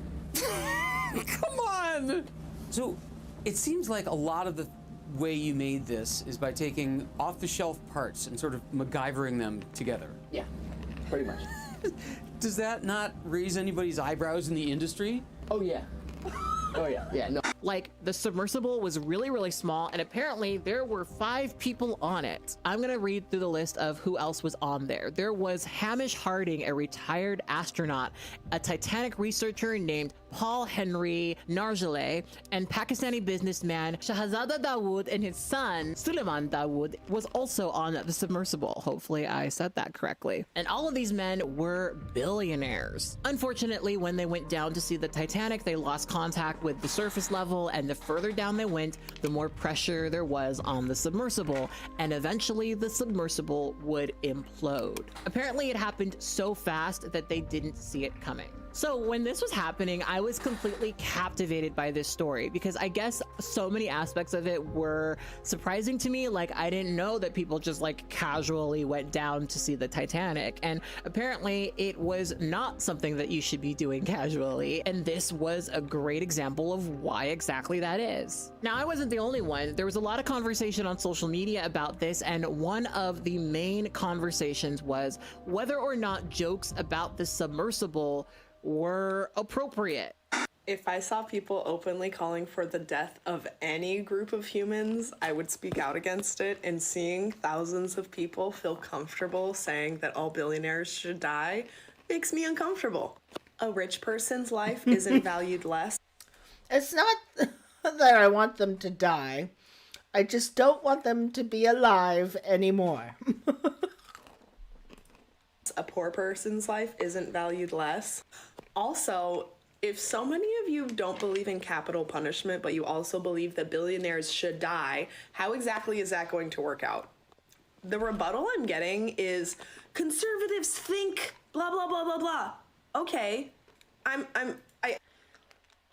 It's not that I advocate for their immediate horrific death. It's that if there's less billionaires, I'm much happier with that. Please don't make me defend conservatives, but I don't openly see them calling for the death of anybody. And you know, I'm personally pretty divided on this because on one hand, I think it's really, really dark and kind of messed up to celebrate the death of anyone. I'm inclined to believe that even people that I personally hate have people that love them, right? And I don't think that while those people are grieving, it is particularly helpful to read all of these comments about how it's funny that they died. And on the other hand, they're billionaires. Exactly. I don't think a lot of people understand how much money $1 billion is. Like $250,000, like I said, was the price of my education, my 4-year overpriced education. But for them, it's literally like the price of a cup of coffee. Like I said, back in school, I was a weird kid with a sketchbook who sat in the back of class and didn't really pay attention. So math was not my best subject, right? But there's about, I think, 4,000 tickets you could buy to go down to the Titanic before you would start reaching $1 billion, right? 4,000. 4,000. Okay. These people are stupid rich. And while I understand that America's capitalistic system has taught us that people who have money are smart, this was very obviously an example of that not exactly being the case. In all reality, there is absolutely no way to be a billionaire without hoarding your money. And you know, even if you're a billionaire who isn't directly exploiting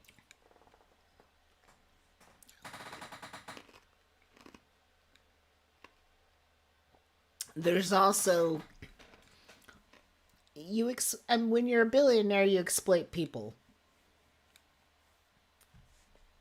Wait, let's go back because I lost my thought. Are smart. This was very obviously an example of that not exactly being the case. In all reality, there is absolutely there's no way to be a billionaire without exploiting other people and putting their lives in danger at risk. Even if it's just completely chipping away at their will to fucking live by overworking them and underpaying them. It's just, there really is no ethical billionaire. There's not. You gotta do some fucked up shit and cut a lot of corners to get that stinking rich, or you just have to have it fall in your lap through inheritance.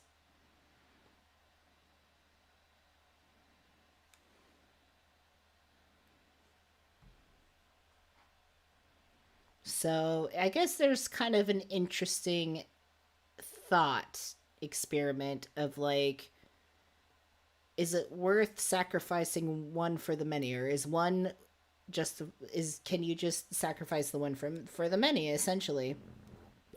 In this case, billionaires dying, is it okay to make fun of that? I don't know. I mean, they have caused a lot of pain. Down the grapevine. No way to be a billionaire without hoarding your money. And you know, even if you're a billionaire who isn't directly exploiting people by, you know, pointing your finger and saying, exploit this person for me, you're still No, I mean, they're probably, I don't know, maybe in a way. I think so. They're like, we're going to do this and that, and this is how we're going to make more money off. And, you know, we're going to like treat the people that are working for us on the low end. So that, I think so. Looking at people suffering in the world and saying, but it's mine though, right? Like, I don't know if anyone else is like this, but I'm somebody who has recently become more financially comfortable. And I'm just the sort of person who doesn't really like having a lot of money. Like, I like being secure. I like having enough money to survive or whatever. And I like having access to do things that I like to do, right? But if I have money in my hand and I don't really necessarily like need it, I'm more inclined to hand it to somebody else who does. Because not only does that feel really good, but I would feel really bad sitting over here with my money, not helping somebody who really needs it. I'll never forget, I was in Target once and this woman came up to me and she asked if I could buy some things for her because she was homeless and she needed them. And I did it without a second thought, because for me, it was just like, why wouldn't I? Like, I'm not going to miss the 20 bucks. The 20 bucks that I'm spending on her right now is life-changing for her. And I'm not a billionaire. I've never seen $1 billion in my life, probably never will. And if I feel like that, it is so hard for me to understand why somebody who is a billionaire can't even imagine doing a little bit more than what they're doing currently. Probably because there's a tendency of sociopathy among billionaires. I'm not a fucking doctor, but I have a hunch that they're just a little bit sociopathic. Or psychopathic, even. If I had $1 billion, there's no way in hell it wouldn't go directly to a charity, directly to people who need it, because I just would feel strange sitting on that much money. I get that so many people don't like the idea of laughing at billionaires because they think maybe one day they will become one and they wouldn't want to be laughed at, right? But here's the thing, you guys, this is the harsh reality. You're probably never going to be a billionaire. And I'm not saying that because I, don't believe in you and that you couldn't work hard and get there or whatever. But the reality is that the people who have that money, the people who are the billionaires, are working incredibly hard to make it so that you don't ever have $1 billion.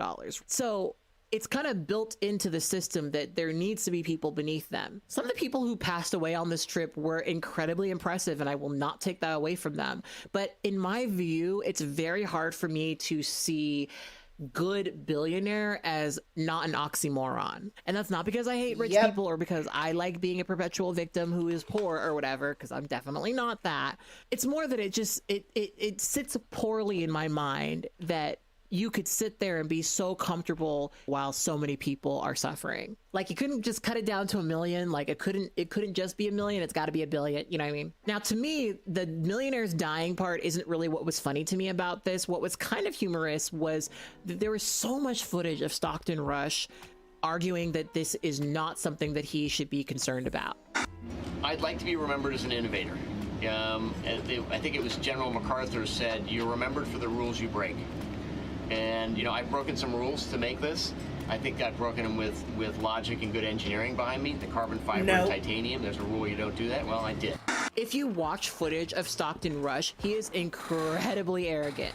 He is incredibly full of himself and just sure that everything he wants to happen will indeed happen. And it's just kind of funny to watch, knowing that he succumbed to his own arrogance. It's very much an Icarus flying too close to the sun kind of moment. And for me, that's kind of where the humor in it all comes from. He genuinely believed that all of the criticism that people who had been in the submarine industry for a very long time, he genuinely believed that these people were just jealous of him, or they just wanted to stifle his entrepreneurial spirit. And it's just like, oh my gosh, maybe these people didn't want you to die. Maybe these people didn't want the people you would take down there to die. It's just so unfortunate that some people get to a point where they are so opposed to criticism that they're not able to actually hear what they need to hear. Yeah, I do think it's a little funny how confident and cocky and arrogant he is about something that ultimately ended his life. That's what I find to be funny, not his death.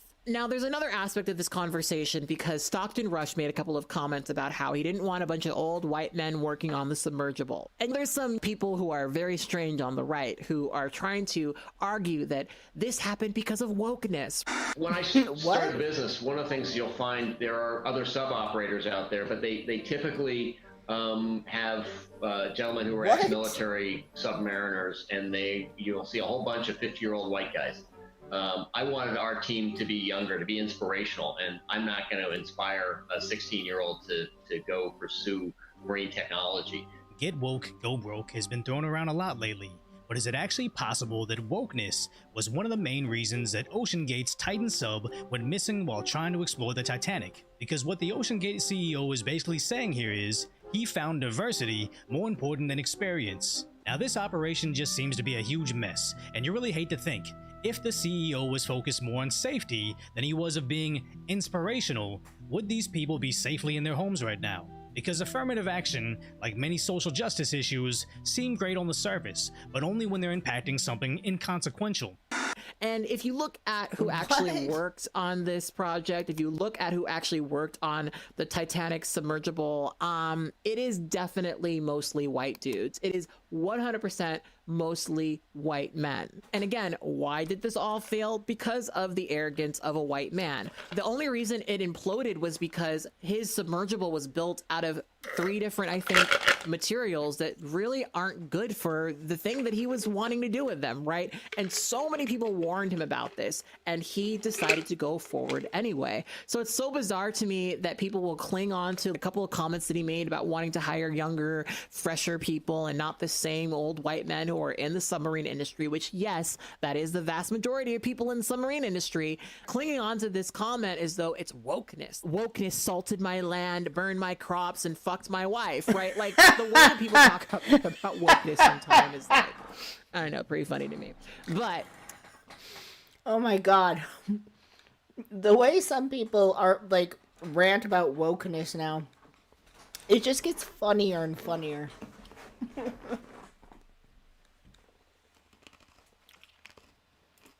To me, the funniest part is, yet again, his degree of arrogance. And for me, that will always be the thing that kind of makes me giggle about this. I'm really, really sorry, especially for the loss of the Pakistani billionaire's son. I think that that is just so unfortunate. And that I feel bad about. Like, so, like, that sucks. The kid didn't even want to go. Didn't even want to do it. Yeah. He only went down there to impress his father, and he died. And that, oh my gosh, he was only 19 years old. It is just so heartbreaking to think about that. And I think the thing that really bothered me the most about this whole thing was just the thought of being in a teeny, teeny, tiny space with 5 people and dying the way that they died. Like, it is absolutely terrifying. It is, for me, if you could describe like the worst way for me to die, that would 100% be it. You don't even have to add 4 other people in there. Just me personally. I probably take up enough space. But anyway, I was very curious how you guys felt about this entire situation. So let me know your thoughts. Is it okay to laugh at billionaires when they die? Let me know. Yes. Anyways, the answer is yes.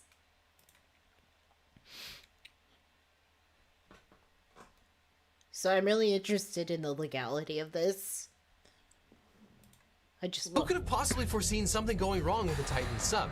Well, the lawyers, that's who. But will all of this legal paperwork save OceanGate, the company, from ruinous lawsuits? And will the estate of the victims be able to recover anything? Well, before the OceanGate disaster, CEO Stockton Rush was bullish on the submersible that he built to visit the Titanic. He scoffed at the complex navigation systems used by other commercial subs. We only have one button, that's it. This is to other submersibles what the iPhone was to the BlackBerry. Rush was proud that he patched together off-the-shelf items from Camping World and charged people $250,000 a piece to travel 2 miles under the sea. By taking off-the-shelf parts and sort of MacGyvering them together. Yeah, pretty much. Does that not raise anybody's eyebrows in the industry? Oh yeah. Oh yeah. Yeah, no, I'm definitely an outlier. And despite some obvious red flags, 5 people were willing to accept extraordinary risks in order to see the Titanic's ruins. And they've now joined the exclusive club that they were so fascinated with. And there's no question that they knew that this was dangerous. They signed liability waivers that warned them that the trip could expose them to death. Now, as many people assumed, everyone who paid to take the voyage signed a waiver of liability with a choice of law clause. The OceanGate waiver that the passengers were required to sign says that disputes would be governed by the laws of the Bahamas. Quote, any disputes related to or arising from either the operation or this release shall be governed by the laws of the Bahamas. Now, the Bahamas judicial system is based on English common law, and whether families can sue depends on how the country handles liability waivers.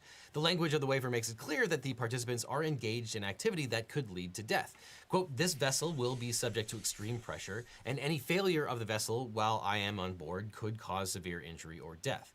It discloses that the Titan, quote, has not been approved or certified by any regulatory body and may be constructed in materials that have not been widely used in human-occupied submersibles. The waiver says that support vehicles are also not designed for passengers and could become more dangerous in rough seas. And the waiver says that these risks cannot be eliminated. Quote, I understand that such risks simply cannot be eliminated from any operation. The risks include, without limitation, loss of footing, slips and falls on deck, particularly in inclement weather. It's interesting. So it's like it's trying to cover that base,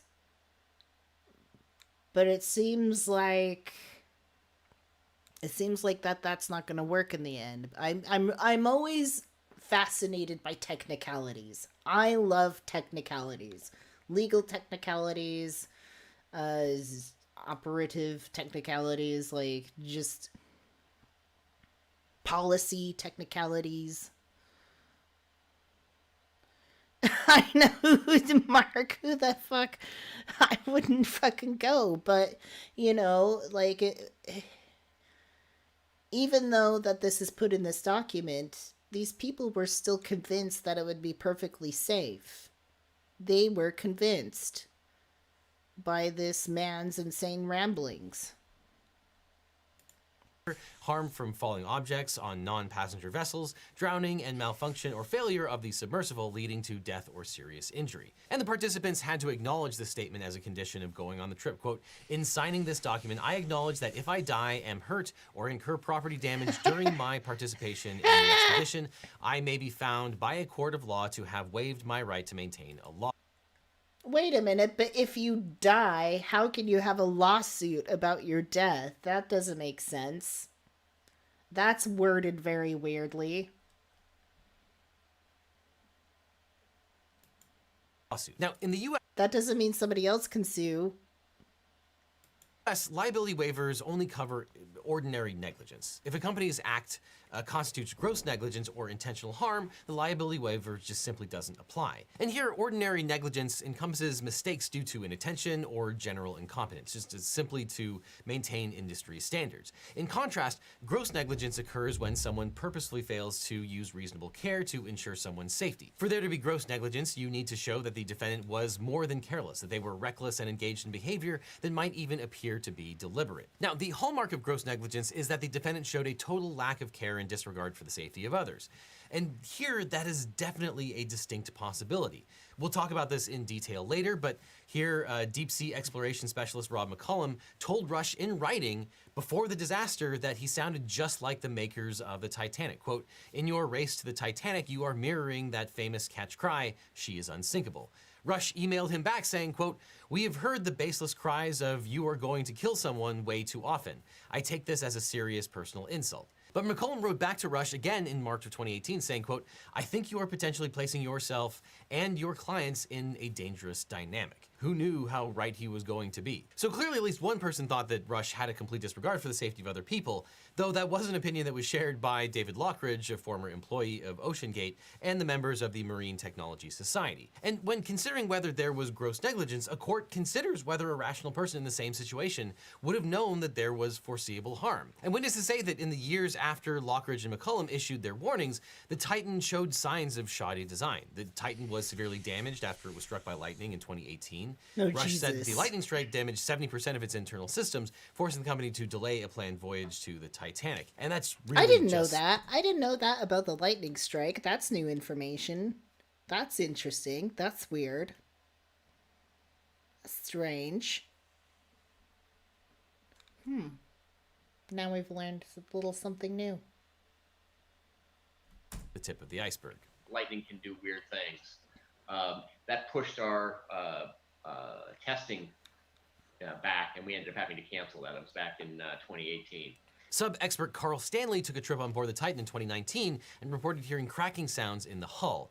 And after the trip, Stanley emailed Rush with his concerns that the carbon fiber hull might not be able to withstand the deep dives. In fact, he wrote that during his trip, it, quote, sounded like a flaw defect in one area being acted on by the tremendous pressures and being crushed/damaged. In 2020, the hull had to be rebuilt because of the cyclic fatigue that reduced its death rating to just 3,000 meters, which was well short of what was needed to get to the Titanic. And both Lockridge and McCollum thought that the window was a major mistake because it would be exposed to around 6,000 pounds per square inch of water pressure, which is the equivalent of about 2 tons of water at that depth. However, in the summer of 2021, Rush told YouTuber Alan Estrada that the window was made of plexiglass and that he was comfortable with that because it was, quote, 7 inches thick and weighs 80 pounds. Oh, and acrylic Jesus. is great because before it cracks or fails, it starts to crackle, so you get a huge warning if it's going to fail. And I'll let my friend over at Real Engineering explain why this is bonkers. An acoustic monitoring system like this is akin to setting up a camera to warn you thunder is coming. You will see the lightning before the thunder, but the time between them is minimal.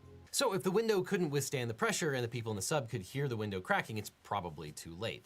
The entire submersible was at risk of imploding before it could surface. And several former passengers on the Titan said that they thought it was completely unsafe. One passenger said that during the Titan's descent and ascent, a fluorescent glow stick was used instead of the lights to save energy. He compared the dives to riding in a, quote, car that you drunkenly drove into the ocean, steered by a video game controller. No, and you don't want to passenger do Arthur that. Roybal said that on his Absolutely 2021 not. voyage, the bracket of the stabilization tube, which is the thing that actually balances the sub, tore and was hastily reattached with zip ties. Simpsons No, writer Mike Reese zip said ties. that communication Just failures duct tape happened it. on all 3 of the dives that he went on in 2022, but the problems continued. Also in 2022, the Titan lost control and started spinning in circles at the bottom of the Atlantic when it was just 300 meters from the Titanic wreckage. And something happened to the thrusters that made the Titan unable to move forward or backward. This harrowing moment was captured on a BBC documentary. Am I spinning? Yeah. Oh my God. And Scott is like, oh no, we have a problem. Oh, what the shit? I was thinking. I've never seen we're this. not gonna make it. What the fuck? I've never We seen can't this. go anywhere but go in circles. YouTuber Jake Kohler took that a sucks. trip on the Titan just days before its doomed trip, and he said that the communication system went down during a routine test dive. The trip was canceled due to weather, but Kohler felt like the vessel might have imploded if the dive had went ahead. One of the passengers who was killed in the Titan disaster was Paul-Henri Nargeolet, who was a Titanic expert. He had worked closely with the organization that manages the Titanic wreckage site. And Jessica Sanders, who heads the Titanic organization, said that she regretted giving Nargeolet the green light to go on the expedition. She said that Rush had told potential passengers that the Titan sub was, quote, way safer than flying in a helicopter or even scuba diving, or even crossing the street. No, And what the note here fuck? that there's a big conflict between what the waiver said about the expedition being dangerous and deadly and what Rush was confidently telling potential passengers. Gross negligence means that the person has fallen so far below a reasonable standard of care that their actions are considered reckless or even deliberate. So it's legally acceptable to engage in hazardous activities, but that doesn't mean someone can't ignore obvious risks. So if Bahamian law upholds the liability waivers, it's likely the families will pursue litigation in their respective countries, regardless of what the choice of law provision says. But Yep. that doesn't mean that this would be an easy case to bring, because courts in many jurisdictions tend to uphold liability waivers if they are specific, and this one was very specific. As a general rule, clauses limiting liability are valid and enforceable under common law unless they violate public policy or the damage was the result of willful or wanton conduct on the part of the defendant. Some jurisdictions have statutory exceptions to this general principle. Generally, a pre-injury release will only be enforced if, in clear and conspicuous language, it explicitly indicates the intent to release the provider from liability for injury caused by that party's own conduct or negligence. Each jurisdiction applies different factors when assessing a public policy exception, but most of them focus on 2 things. If the terms of the waiver are clear and unambiguous, then a court first considers whether the party being released provides a necessity or other essential service, and second, whether the agreement is inherently fair and not unconscionable. Risky recreational activities like skydiving or scuba diving are generally not public necessities or essential services, so when it comes to the first factor, courts tend to favor the released parties. When it comes to the second factor, whether the waiver is inherently fair, courts weigh the respective bargaining powers of the parties. Did one party have more leverage than the other? Was the injured party coerced into inherently risky behavior? Did the owner or operator withhold information from the passengers? Did the passengers understand how hazardous the trip would be? Usually, liability waivers are presented as something you have to sign or else you can't participate in that activity. Some courts find this problematic because it's a take it or leave it proposition and the participant doesn't have the ability to negotiate. But still, more courts conclude that if a person voluntarily participates in an extreme activity, unequal bargaining power won't actually invalidate the waiver. So, for example, courts have concluded that whitewater rafting and skydiving are both personal choices and not essential services, so there's no real bargaining advantage. Interesting. A person can't really be compelled to participate in those particular activities, though there are courts that view it differently. The Oregon Supreme Court, for example, found that an unequivocal release signed by a plaintiff injured in a snowboarding accident violated public policy. The snowboarder could have avoided all the risks by not using the defense facility, but the court still concluded that the owner of the resort was in a superior bargaining position because the plaintiff had, quote, no meaningful alternative to defendant's take it or leave it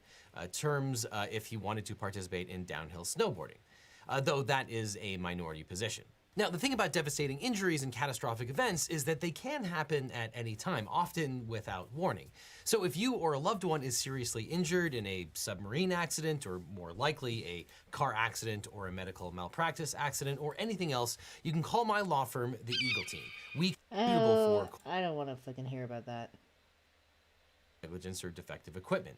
Those things can't be waived because Montana's law, quote, does not preclude an action based on the negligence of the provider if the injury, death, or damage is not the result of an inherent risk of the sport or recreational opportunity. When the judge ruled that the case should go to trial, the defendant settled. But of course, the OceanGate disaster didn't take place in a lake in Montana, it took place in the middle of the Atlantic.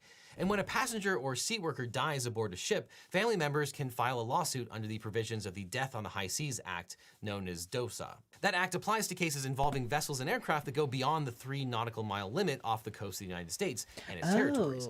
A plaintiff has a cause of action if the seaworker died due to an unseaworthy vessel or through other provable negligence on the part of the ship owner. I wonder if the they vessel can in argue question that must have been aspect. engaged in what could be recognized as a maritime activity. And in addition to maritime employees, DOSA also covers civilian passengers of a maritime vessel. To succeed in a DOSA claim, a plaintiff has to prove that the vessel wasn't seaworthy. And a plaintiff can prove a lack of seaworthiness if the vessel had significant mechanical defects or was otherwise incapable of handling the situations such vessels could reasonably be expected to encounter while at sea. A plaintiff can also prove unseaworthiness if the owner of the vessel behaved negligently in connection with their responsibilities as a ship owner. And here the facts suggest that OceanGate may have breached its duty to provide a seaworthy vessel for the crew and passengers. When Rush was developing the Titan, he started with an existing vessel called the Cyclops 1 that was constructed with engineers at the University of Washington. The engineers used an off-brand PlayStation 3 controller to drive the sub. However, Cyclops 1 was only built to withstand depths of 500 meters. Nevertheless, Rush decided to keep most of the design elements of the Cyclops for the Titan, but engineer it to go 8 times deeper. When Rob McCullum visited the company's shop in Washington, he thought the PlayStation controller was ridiculous. Quote, and now you have the hand controller talking to a Wi-Fi unit, which is talking to a black box, which is... This is an interesting sentence. Everyone was drinking Kool-Aid and saying how cool they were with a Sony PlayStation. And I said that at the time, does Sony know that it's been used for this application because, you know, this is not what it was designed for. is talking to the sub's thrusters. There were multiple points of failure. Rush said that the whole comm system ran on Bluetooth, and Rush ignored all the feedback. And in particular, he decided that the Titan's cylindrical midsection would be made of carbon fiber instead of titanium. Carbon fiber is a great material. It's better than titanium. It's better than a lot of other materials. The Titan was completed in 2018, but experts had concerns about whether the sub could withstand the rigors of deep-sea exploration. My friend over at Real Engineering explained why carbon fiber was a problematic choice. Carbon fiber composites aren't really known for their compressive strength. They work best in tension. Great for aeroplanes that are pressurized from the inside, where the pressure inside the fuselage works to expand the circular cross-section, putting the fibers in tension. For a submarine, the pressure will work to compress the hull, placing the fibers primarily in compression. This immediately set off alarm bells in my mind when I heard of the missing submarine. You should absolutely check out the rest of Real Engineering's video on it. It's really incredible. But he explains that the carbon fiber is great for buoyancy and that Rush thought that this would help the sub float right to the surface, whereas steel and titanium hulls require foam layers, but Rush wanted to avoid the foam layers to cut costs. This is where things get iffy. OceanGate had no idea whether it was up to the task or not. And we know this because they admit it in their own blog post, justifying their decision to not test the vehicle with a regulatory body. OceanGate's former director of marine operations, David Lockridge, wrote a report in which he concluded that the craft needed more testing and stressed the potential dangers to passengers of the Titan as the submersible reached extreme depths. Lockridge thought that the carbon fiber hull would come apart after repeated dives. Lockridge met with Rush and other company executives and laid out his concerns. And he also claimed that the Titan had other significant design flaws. For example, the viewport was only certified to work in depths up to 1,300 meters. And to reach the Titanic, the Titan would need to go 4,000 meters under the ocean's surface. And there are private agencies that expect and certify over submersibles, twice but, that. Lockridge said that OceanGate didn't want to pay for independent certifications. The company fired Lockridge and then sued him for disclosing confidential information. OceanGate said that Lockridge was not an engineer and that the company's own testing of the hull's strength was better than the independent testing that Lockridge had recommended. But Lockridge was not the only voice sounding an alarm about the Titan's design. Director James Cameron has designed submersibles himself and visited the Titanic many times. He said that the carbon fiber construction of the Titan was, quote, fundamentally flawed, and that everyone in deep sea exploration knew about it. you know, this is a mature art, and many people in the community were very concerned about this sub, and a number of the top players in the deep submergence engineering community even wrote letters to the company saying that what they were doing was too experimental to carry passengers and that needed to be certified and so on. And a few months after Lockridge was fired, 38 members of the Manned Underwater Vehicles Committee of the Marine Technology Society wrote Rush a letter stating that, in their unanimous opinion, he was misleading the public and risking a catastrophic outcome. Quote, your marketing material advertises that the Titan design will meet or exceed DNV-GL safety standards, yet it does not appear that OceanGate has the intention of following You know, that's a really interesting thought. It's like, on the one hand, the designers, or the guy who did all this shit that is now dead, was like, this is the safest thing ever, and it's fine, whatever, we don't need to do all this safety shit. But then yet in this agreement that they had to sign, it was like, well, if shit goes wrong and you die, then you can't do anything about it. So it's like, why? I mean, I guess you have to, they're just saying that's generic and you have to do that because there are potential risks, but there was a lot of convincing of people that it was just fine, despite there being a lot of like openness about the problems with the design of it. The carbon fiber being an issue, from what I understand, is it's like it's made better for like dealing with like expanding, not compression, is what you, and that's what you deal with under the ocean, is compression, because the ocean gets very dense and heavy. There's a lot of pressure the deeper you go. That's why humans can really only go so far under the ocean, which is a terrifying thought, by the way. I would rather not do that. I will never be anywhere under the ocean like that. Hell to the no. I will enjoy it from behind a screen. I'm perfectly fine with that. I'll pay for a special IMAX production of it. But I am not actually going under the ocean. Fuck no. NVGL class rules. Your representations at a minimum are misleading to the public and breaches an industry-wide professional code of conduct we all endeavor to uphold. Now, obviously, this is an incredibly damning letter. Lawyers who file negligence lawsuits have to prove that the defendant didn't follow the ordinary standard of care, or worse, knowingly didn't follow a standard of care. And usually that means hiring an expert witness in the field who can articulate the norms of an industry and evaluate whether the defendant's conduct met those norms. And in this case, we have experts in the field saying that the Titan didn't measure up to industry standards before the accident even occurred. And the experts concluded that Rush needed to start with a prototype that would be validated by third parties in order to protect all of these submersible occupants. And in a 2019 blog post, OceanGate said, quote, bringing an outside entity up to speed on every innovation before it's put into real-world testing is anathema to rapid innovation. And Rush told Smithsonian Magazine that the industry was, quote, obscenely safe because they have all these regulations, but it also hasn't innovated or grown because they have all these regulations. So while on the face of it, this looks like the kind of thing that would be covered by the Death on the High Seas Act, it's actually more complicated than that. Because it's not perfectly clear that the Titan was a vessel for the purposes of the Act. And ironically, OceanGate might be covered by the same exception to DOSA that White Star Line used to limit its exposure to the Titanic disaster itself. Shady. So let's go back to Ironic. 1912 when the Titanic sank off the How coast of Newfoundland ironic. in its maiden voyage. The luxury steamship was owned by White Star Line, which bragged that it was virtually unsinkable. Yet, as we all know, when the ship set sail, it swiftly ran into an iceberg, killing 1,517 passengers. And it turned out that the ship had a design flaw.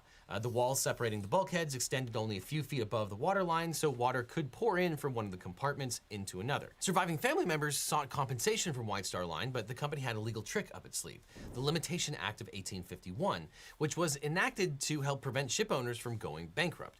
The law gives ship owners the right to preemptively file a claim in federal court before plaintiffs have a chance to sue them. The claim limits plaintiffs to the post-loss value of the vessel and its cargo. If the vessel and cargo were completely lost, the value of the vessel cannot be calculated in the owner's assets. In 1915, a judge found that White Star Line was not guilty and had no knowledge of the errors that led to the catastrophic loss. And that meant that they didn't have to compensate the families for the fatalities. And since the accident was considered the fault of the Titanic's captain and crew, the company's liability was limited to the total of passenger fares, the amount paid for cargo, and any salvage materials that were recovered from the wreck. And the company settled for $664,000 to be divided among the survivors. And the same Limitation Act exception might provide OceanGate with a way to avoid liability, since the post-casualty value of the Titan is basically zero. But there's also another wrinkle to this law. In 2019, a dive boat carrying 33 passengers and 6 crew members caught fire and sank off the coast of California, resulting in the deaths of 34 people. Days after the boat sank, its owners filed a limitation action seeking to limit their liability to the value of the vessel, which was effectively zero. In response, Congress enacted the Small Passenger Vessel Act, which carves out certain small passenger vessels from being able to limit their liability to the value of their vessel. This is an exception to the exception. And these smaller vessels can now be held liable for any and all losses arising from a maritime casualty. And the Act defines a small passenger vessel as one carrying not more than 49 passengers on an overnight domestic voyage and not more than 150 passengers on any voyage that is not an overnight domestic voyage. The SPVA could apply to the Titan, but the law is new and has yet to be tested in court. And there are other open questions, like whether a submersible is considered a vessel for the purposes of the SPVA, and whether American law would even apply in the first place. Because there are lots of jurisdictional questions too. The United States and Canada have launched investigations into what happened to the Titan. However, it isn't clear which country would have jurisdiction over the legal claims. OceanGate Expeditions, the company that owned and operated the Titan, is based in Everett, Washington. The company shut down its Everett operations after the accident. And the Titan was launched from a ship called the Polar Prince, which is flagged from Canada. The people on board the submersible were from England, Pakistan, France, and the United States. And of course, the wreck is in the middle. There's a lot of players in the game. Now, the United States Coast Guard regulates passenger-carrying submersibles, and submersibles with fewer than 6 passengers have not been subject to inspection, which is probably why Stockton Rush's sub carried only 5 people. U.S. regulations state, quote, because of the unique design and operating characteristics, as well as the inherent hazards of underwater operation, an uninspected submersible may be permitted in U.S. passenger operations only if it is designed and constructed to a recognized industry standard. That means it's illegal to transport passengers in a sub that is experimental. Rush classified the passengers as mission specialists and classified their $250,000 fee as a donation in order to evade the implication that they were just ticket buying That doesn't passengers. make any sense. But industry experts knew that Stockton was trying to evade They're not these mission regulations. specialists. William by what Conan means? is one of the experts who signed a letter urging Stockton Rush to follow the rules. What they were doing for tourism would not be allowed in U.S. waters. The Coast Guard would not allow it. It would not be allowed to work in British coastal waters because it would have required it to be certified. Same thing in Canada. And then turns out that they operated in international waters where no Coast Guard has jurisdiction. Well, you found 2 loopholes. And let's just say it wasn't very wise. And although the Titan was developed and built in Washington State, That's really the New Yorker fucked up. reported that the company's legal filings said that the sub would be, quote, owned by... I don't know. See, that's a red flag for buying a ticket too. It's like you're evading anything from any country, going out of your way to get through and taking advantage of loopholes. Just why would you buy a ticket for that? I don't understand that. A Bahamian entity will be registered in the Bahamas and will operate exclusively outside of the territorial waters of the United States. And at this point, while we know that there will be lots of lawsuits, we don't know who's going to have jurisdiction, the status of the insurance of the Titan or of the passengers, and we don't know whether the waiver that they signed will be enforceable or not. But one thing is for certain, Stockton Rush really should have brushed up on his math and science skills, which you can do with today's sponsor, Brilliant. No. Because Brilliant is the best way to learn math. We don't do sponsors. Oh, it's for the rest of the thing.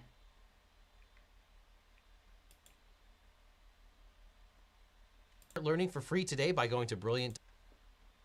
Okay, that's it. Anyways, interesting. So I feel like there's going to be a lot legally about this, like, for a while. This definitely won't be the last time we'll hear about this. It'll be interesting to see how this develops, especially with all the hands in the pot, you know, from different countries, and who knows? There's definitely not going to be any more of that for a while, though. I'll tell you what.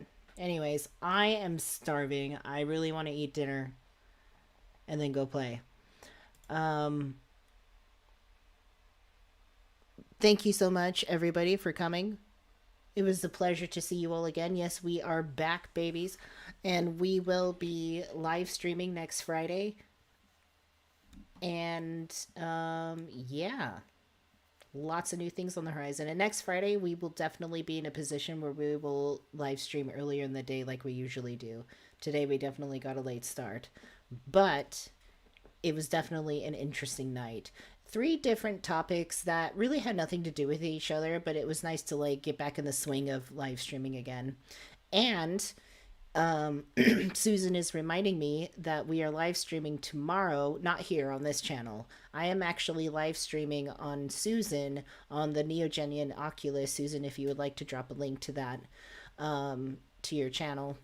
I will be joining Susan, and we're going to be talking about some interesting things about, I don't know, should I say, like, can I say what it's about, Susan? Or do we want to keep it? Or did we talked about what we were going to talk about? I don't know. Yes, okay, so me and Susan are going to be discussing how people weaponize the Bible against the queer community. And many more for that. I mean, it's just like, it's not even that. It's like, people could just like weaponize the Bible, go figure, by taking things out of context and misinterpreting things on purpose. So that is going to be an interesting discussion. So please join me and Susan tomorrow at 6, I believe, 6 p.m. my time. 6 p.m. Pacific time, 9 p.m. Eastern time. There's the link for the Neogenian Oculus. And hey, a big shout out to our other moderators. All of the moderators in the house tonight. It's so nice to see you all. Thank you so much for coming and volunteering your time and hanging out with us during the live stream. Very lovely, chill live stream today. And we will see you all tomorrow. Good times. Look, you can see both my lights now. This is a much better angle. I should have done this forever ago.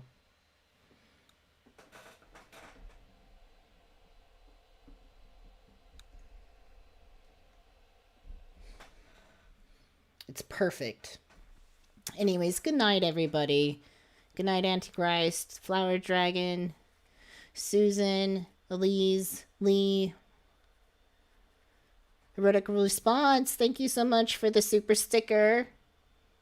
I really appreciate that. Thank you so much. Good night. And everybody else that joined tonight. It was a good comeback. Summer break is over and we are back. We will see you next Friday, all right? You have a good weekend and a good week, and we will see you then. Goodbye.